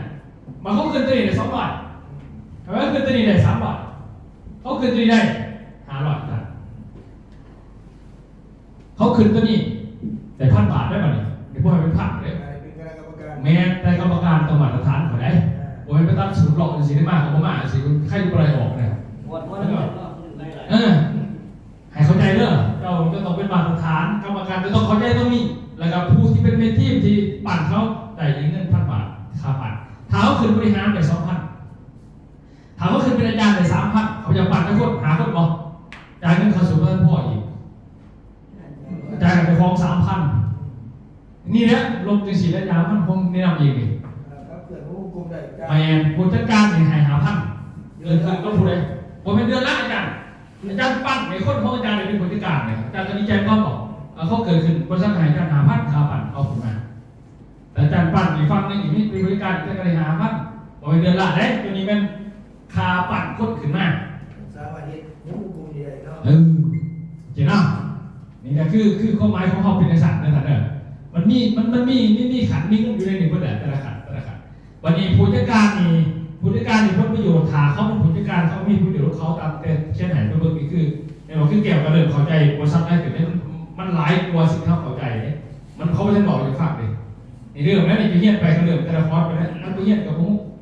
เนี่ยเมื่อตัวอย่าง ยังคือผู้จัดการนะผู้ใดจะเป็นผู้จัดการแต่ว่าจะเป็นผู้จัดการเนาะนี่เป็นสิ่งที่ผู้จัดการเขาที่นี่1ออเซียลไปหาเปอร์เซ็นต์ของคะแนนยอดขายได้ราคาออกเท่าไหร่เอามาคูณหาเปอร์เซ็นต์ของคะแนนมีเงินเดือนประจำให้ทุกเดือน โอ้ไม่ถึงผู้จัดการสาขา แม่นครับมีเงินเดือนให้ต่างหากเลยตัวนี้บริษัทจ่ายคือแต่ว่าจะจ่ายไปที่โรงกลมไหนเสร็จเลยเงินเดือนประจำแต่ก็ต้องเห็นแต่ก็มีรถประจำตำแหน่งให้ใส่อีก1 คัน โอ้ย ตัวนี้มากกว่าสำหรับผู้จัดการไม่ว่าเขาเป็นผู้จัดการเขาจะเปิดบนไทยพวกวงกลมจะต้องเทียบกับเมืองก่อนอันนี้วงกลมยังพิจารณาดูนี่บนดอกนะเจ้าอย่างใหญ่กับของเทียบเขาจะเป็นใหญ่ไรจากนั้นก็ย้อนเข้าไปเทียบให้มันถึงได้มันยูซื้อผู้เสียเลยเขาเปลี่ยนบริหารพัดโตจะคดหรือเป็นเหล่าพักกันจริงเป็นสายแต่เฮ้ยวงกลมนี่เลยวงกลมเฮ็ดได้ตามนั้นก็เฮ็ดไปเฮ็ดได้ก็สิให้ที่งานเฮ็ดซอยก็เจ้าเริ่มได้องค์กรเจ้าไหนพอสำนักงานเจ้าพอนั่นน่ะนี่คือผู้จัดการบัตรอาจารย์เนี่ยอย่างอาจารย์ที่เขาจะมอบสื่อสูตรนี้สีมอบสื่อสูตรก็มอบไปต่างเลยจ้ะวันที่15ก็คือเป็นอย่างพอเขาจะมูจะเข้ามากับมือดิแต่มันจะมีกฎในต่าง แล้วลงพื้นที่ก็ใส่ชุด ๆโมเดลจะมาใส่ขึ้นจะใส่เนาะอันนี้จะมาถามว่าจัดสาวจันใส่อีก อยากเก๋ โอ้ยตายแล้วอาจารย์อันนั้นอาจารย์บริษัทข่อยมันเท่เหมือนกันอ้าวตอนเนี้ยอาจารย์ที่ไหนนั้นขอหนึ่งเลยไม่ว่าเมื่อพีจีเป็นอาจารย์ประจำ BTC เป็นอาจารย์ประจำ STP เป็นอาจารย์ประจำสนับสนุนต่างๆแล้วตลอดประสิทธิ์เป็นคนนั้นคุยกับพ่อต่อรักกันไปตัวนี้ไม่ว่าจะแสดงออเซล3%ทุกเดือน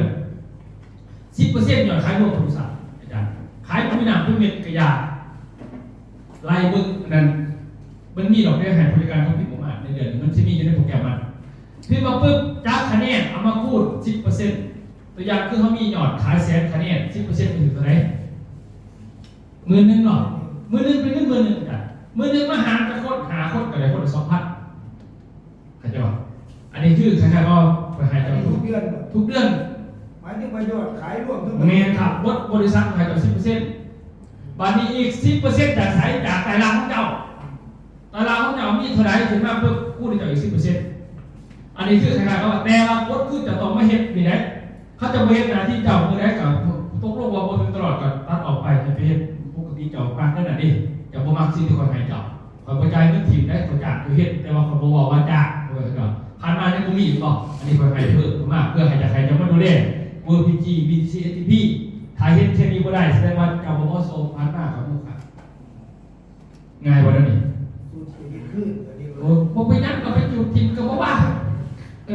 ก็ไม่น่ะ ไปใส่งานเรา เข้าใจเนาะเนาะวันนี้ขอมาบัดนี้คนใหม่บัดนี้ตัวอย่างคือเขาใหม่เขาจะเป็นคณาจารย์ได้บ่เจ้าต้องบอกเขาคณาจารย์เก่าจังหั่นตั้งที่เขาบอกขึ้นมาเขาจัดของเขาได้บ่นี่ WPG เฮ็ดได้เท่านั้นกลุ่มเขาเอง BTC เฮ็ดได้เขาเองจะต้องเฮ็ดบ่แม่เฮ็ดแล้วก็เจ้าก็สอนเขาขอแล้วเขาสุขสิสอนจะอีกว่าบอกได้จังได๋เดี๋ยวเฮ็ดได้ปั๊บเฮ็ดได้ปั๊บสมิธนี่แม่นได้ 10% ก่อน 10% ไม่ได้ทิปก่อนตัว10ตัวนี้บ่ทันหายดีจากบริษัทเลยหรอ10%ได้ทิปเกิดขึ้นเท่าไหร่เอามาหารกัน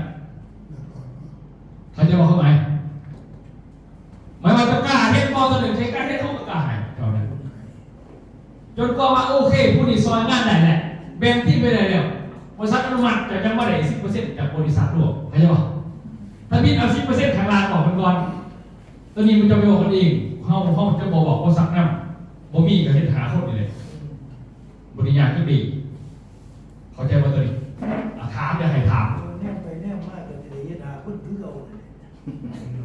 บ่ได้เขาก็เปิดฟรีมาตลอดที่จะให้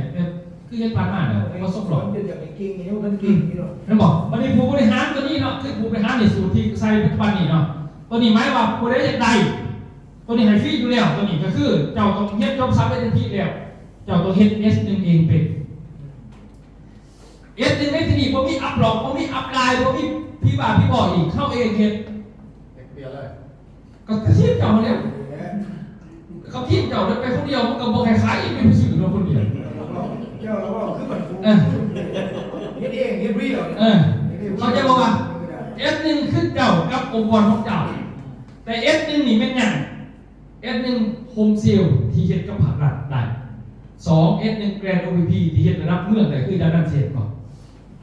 ที่เขาเรียนเอกสารเองก่อนอันนี้คืออะไร S1 ตัวนี้เข้าใจไหมเพราะว่าขั้นตอนเฮ็ดได้ตัวนี้ก็จะเป็นดีอันที่จะต้องตัวคือ S2 ขั้น S2 แม่นตัวนี้เฮ็ด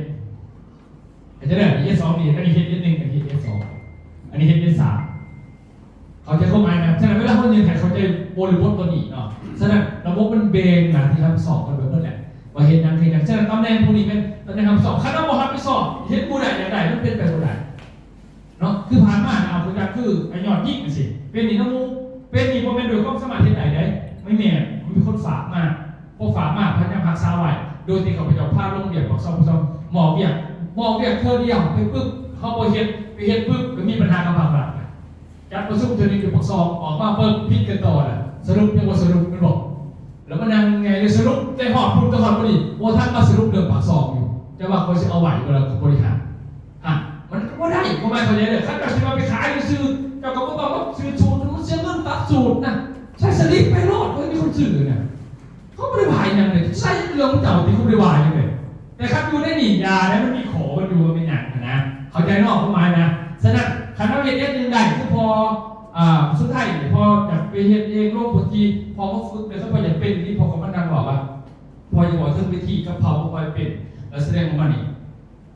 แล้วก็พอจะไปเฮ็ดเองเลยพอเขาตั้งต้นขึ้นมาโหลดผมมีไปหาเขาดอกถามว่าเฮ็ดได้จริงลูกศิษย์ยื่นเอกสารให้แล้วพอลงกับภาระเองผมพอได้หรอกแต่พอจัดพยายามชื่อมองเพิ่มพอดเนาะเขาจะเอาของซุปเขาไปเฮ็ดตัวอย่างเลยปีกายว่าใช่แค่ในเบิ้งไหนเขาสิต่อหรือบอกกันก็เฮาแล้วเขาสิเฮ็ดเองก็เลยโคตรข่อยว่าซักงบกระมันดึงเข้ามาเลยจะมาลงจริงล่ะเขาไปอยากซักนั่นผู้นี้มันเป็นปลูกหักปลูกสร้างเขาสิว่าเพราะประวัติเจ้าเสนอมาทีหลังเขาก็สิเบิ่งไปเบิ่งมาพอเห็นได้พอเป็นดีเด้อเขาก็ตัดสินนะเห็นบ่เดี๋ยววันนี้พอเอาเรื่องนี้เป็นประจำหรือเมื่ออื่นพอเฮ็ดไม่ต้องคือจะมาคิดไม่เฮ็ดเองเขาจะให้ตัวนี้บ่เขาบ่ซักน้ำได้เพราะว่าคนของลอยมันผิดกันฉะนั้นผู้ได้เฮ็ด S2 กับเป็นตัวนี้ดีแต่บางพันมันเป็นอย่างนี้บ่พากับ S2 นี่ยังสำนาแต่บริษัทอื่นนี่บ่มาคือกับใหญ่ฉะนั้นบริษัทเขามีหน้าที่ตัวนี้ก็เรียกว่าแทรกนี่มาดีจังได๋เขาจะคิดไปก็คิดได้คิดจะดึงตัวนี้ออกจากตัวนี้จะเข้าใจบ่เพราะว่าคือเขามีจะคดได้บ่ทำนอกให้บอกว่าตัดมันออกได้จากนั้นนี่ก็จากเป็น1เพราะว่าจะยืนพอเขาตัดออกบ่ได้มันจะเป็นไพ่เพราะว่ามีแต่ว่าเฮ็ดได้ให้ผลงานของเนื้อเขาแล้วเขาก็เป็นมันถือก็เลยมีตำแหน่งนี้มั่นใช่ป่ะมือเดียวตัดสินใจโอ้ยตัดสินใจคนเสียเงินเลยตัดสินใจ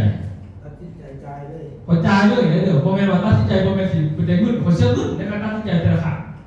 อันนี้น่ะก็ได้ว่าตัวนี้ดึงออกมาก็ได้ว่าก็ได้คุยกับหานเขาว่าทัดบอลน่ะสิหาเขาบอกว่าให้แต่ทัดเนาะให้แต่ทัดเอาเลยก็ได้ว่าตัวนี้จะได้มอบอยู่ที่หนังซับนี่ก็เลยว่ารักกันจะมีใบยืนนับแต่ต่างนับนะจากใดพ้นนี้เลยรับจากนั้นนับจากแต่นั่นไปคือใดพ้นตัวนี้ไปเลยแต่ว่าเบียร์รักก็คือผมตัวหนาไปเวลาประชุมผมสิจะหาทัดมาประชุมกับผมพ่อใช้สมุดต้องการในเสียมาประชุมพ่อแล้วผมสิบประชุมกับสมาชิกประชุมกับกรรมการประชุมอีกเลยยกเว้นว่าเขามา BP เมติกกับผมเขามา BP เอ็กเซคิวชั่นกับผมกับพี่เรื่องหานอกนี้ผมดิวจะไม่ยุ่งไปจะนอกมอบให้อาจารย์จัดการเลยอย่างไรยอดไล่ไปเห็นเอาที่จะได้กันเศร้าไม่ใช่ผมเห็นเอาโอเควันแบบนี้โอเคนะอื่นจะบอกติวต่างกันดีประมาณนี้ก่อนตอนนี้ไม่ได้สรุปเรื่องกำหนดการเรียนเพื่อจะพิมพ์กับอื่นเจอกันโอเคเนาะมีใครจะบอกอาจารย์นั่นเดินเที่ยวจะบอกว่าเป็นไงตัวเมื่ออาจารย์นั่นเนี่ยสถานที่ท่องเที่ยวเนาะผู้หลายแห่งไปบุญแบบก็คือกลับมาถึงวันที่1มัดผู้คนอยู่ได้ไปเนาะสถานที่ท่องเที่ยวนะครับเที่ยวที่ไปเมื่อวันที่14เนาะเป็น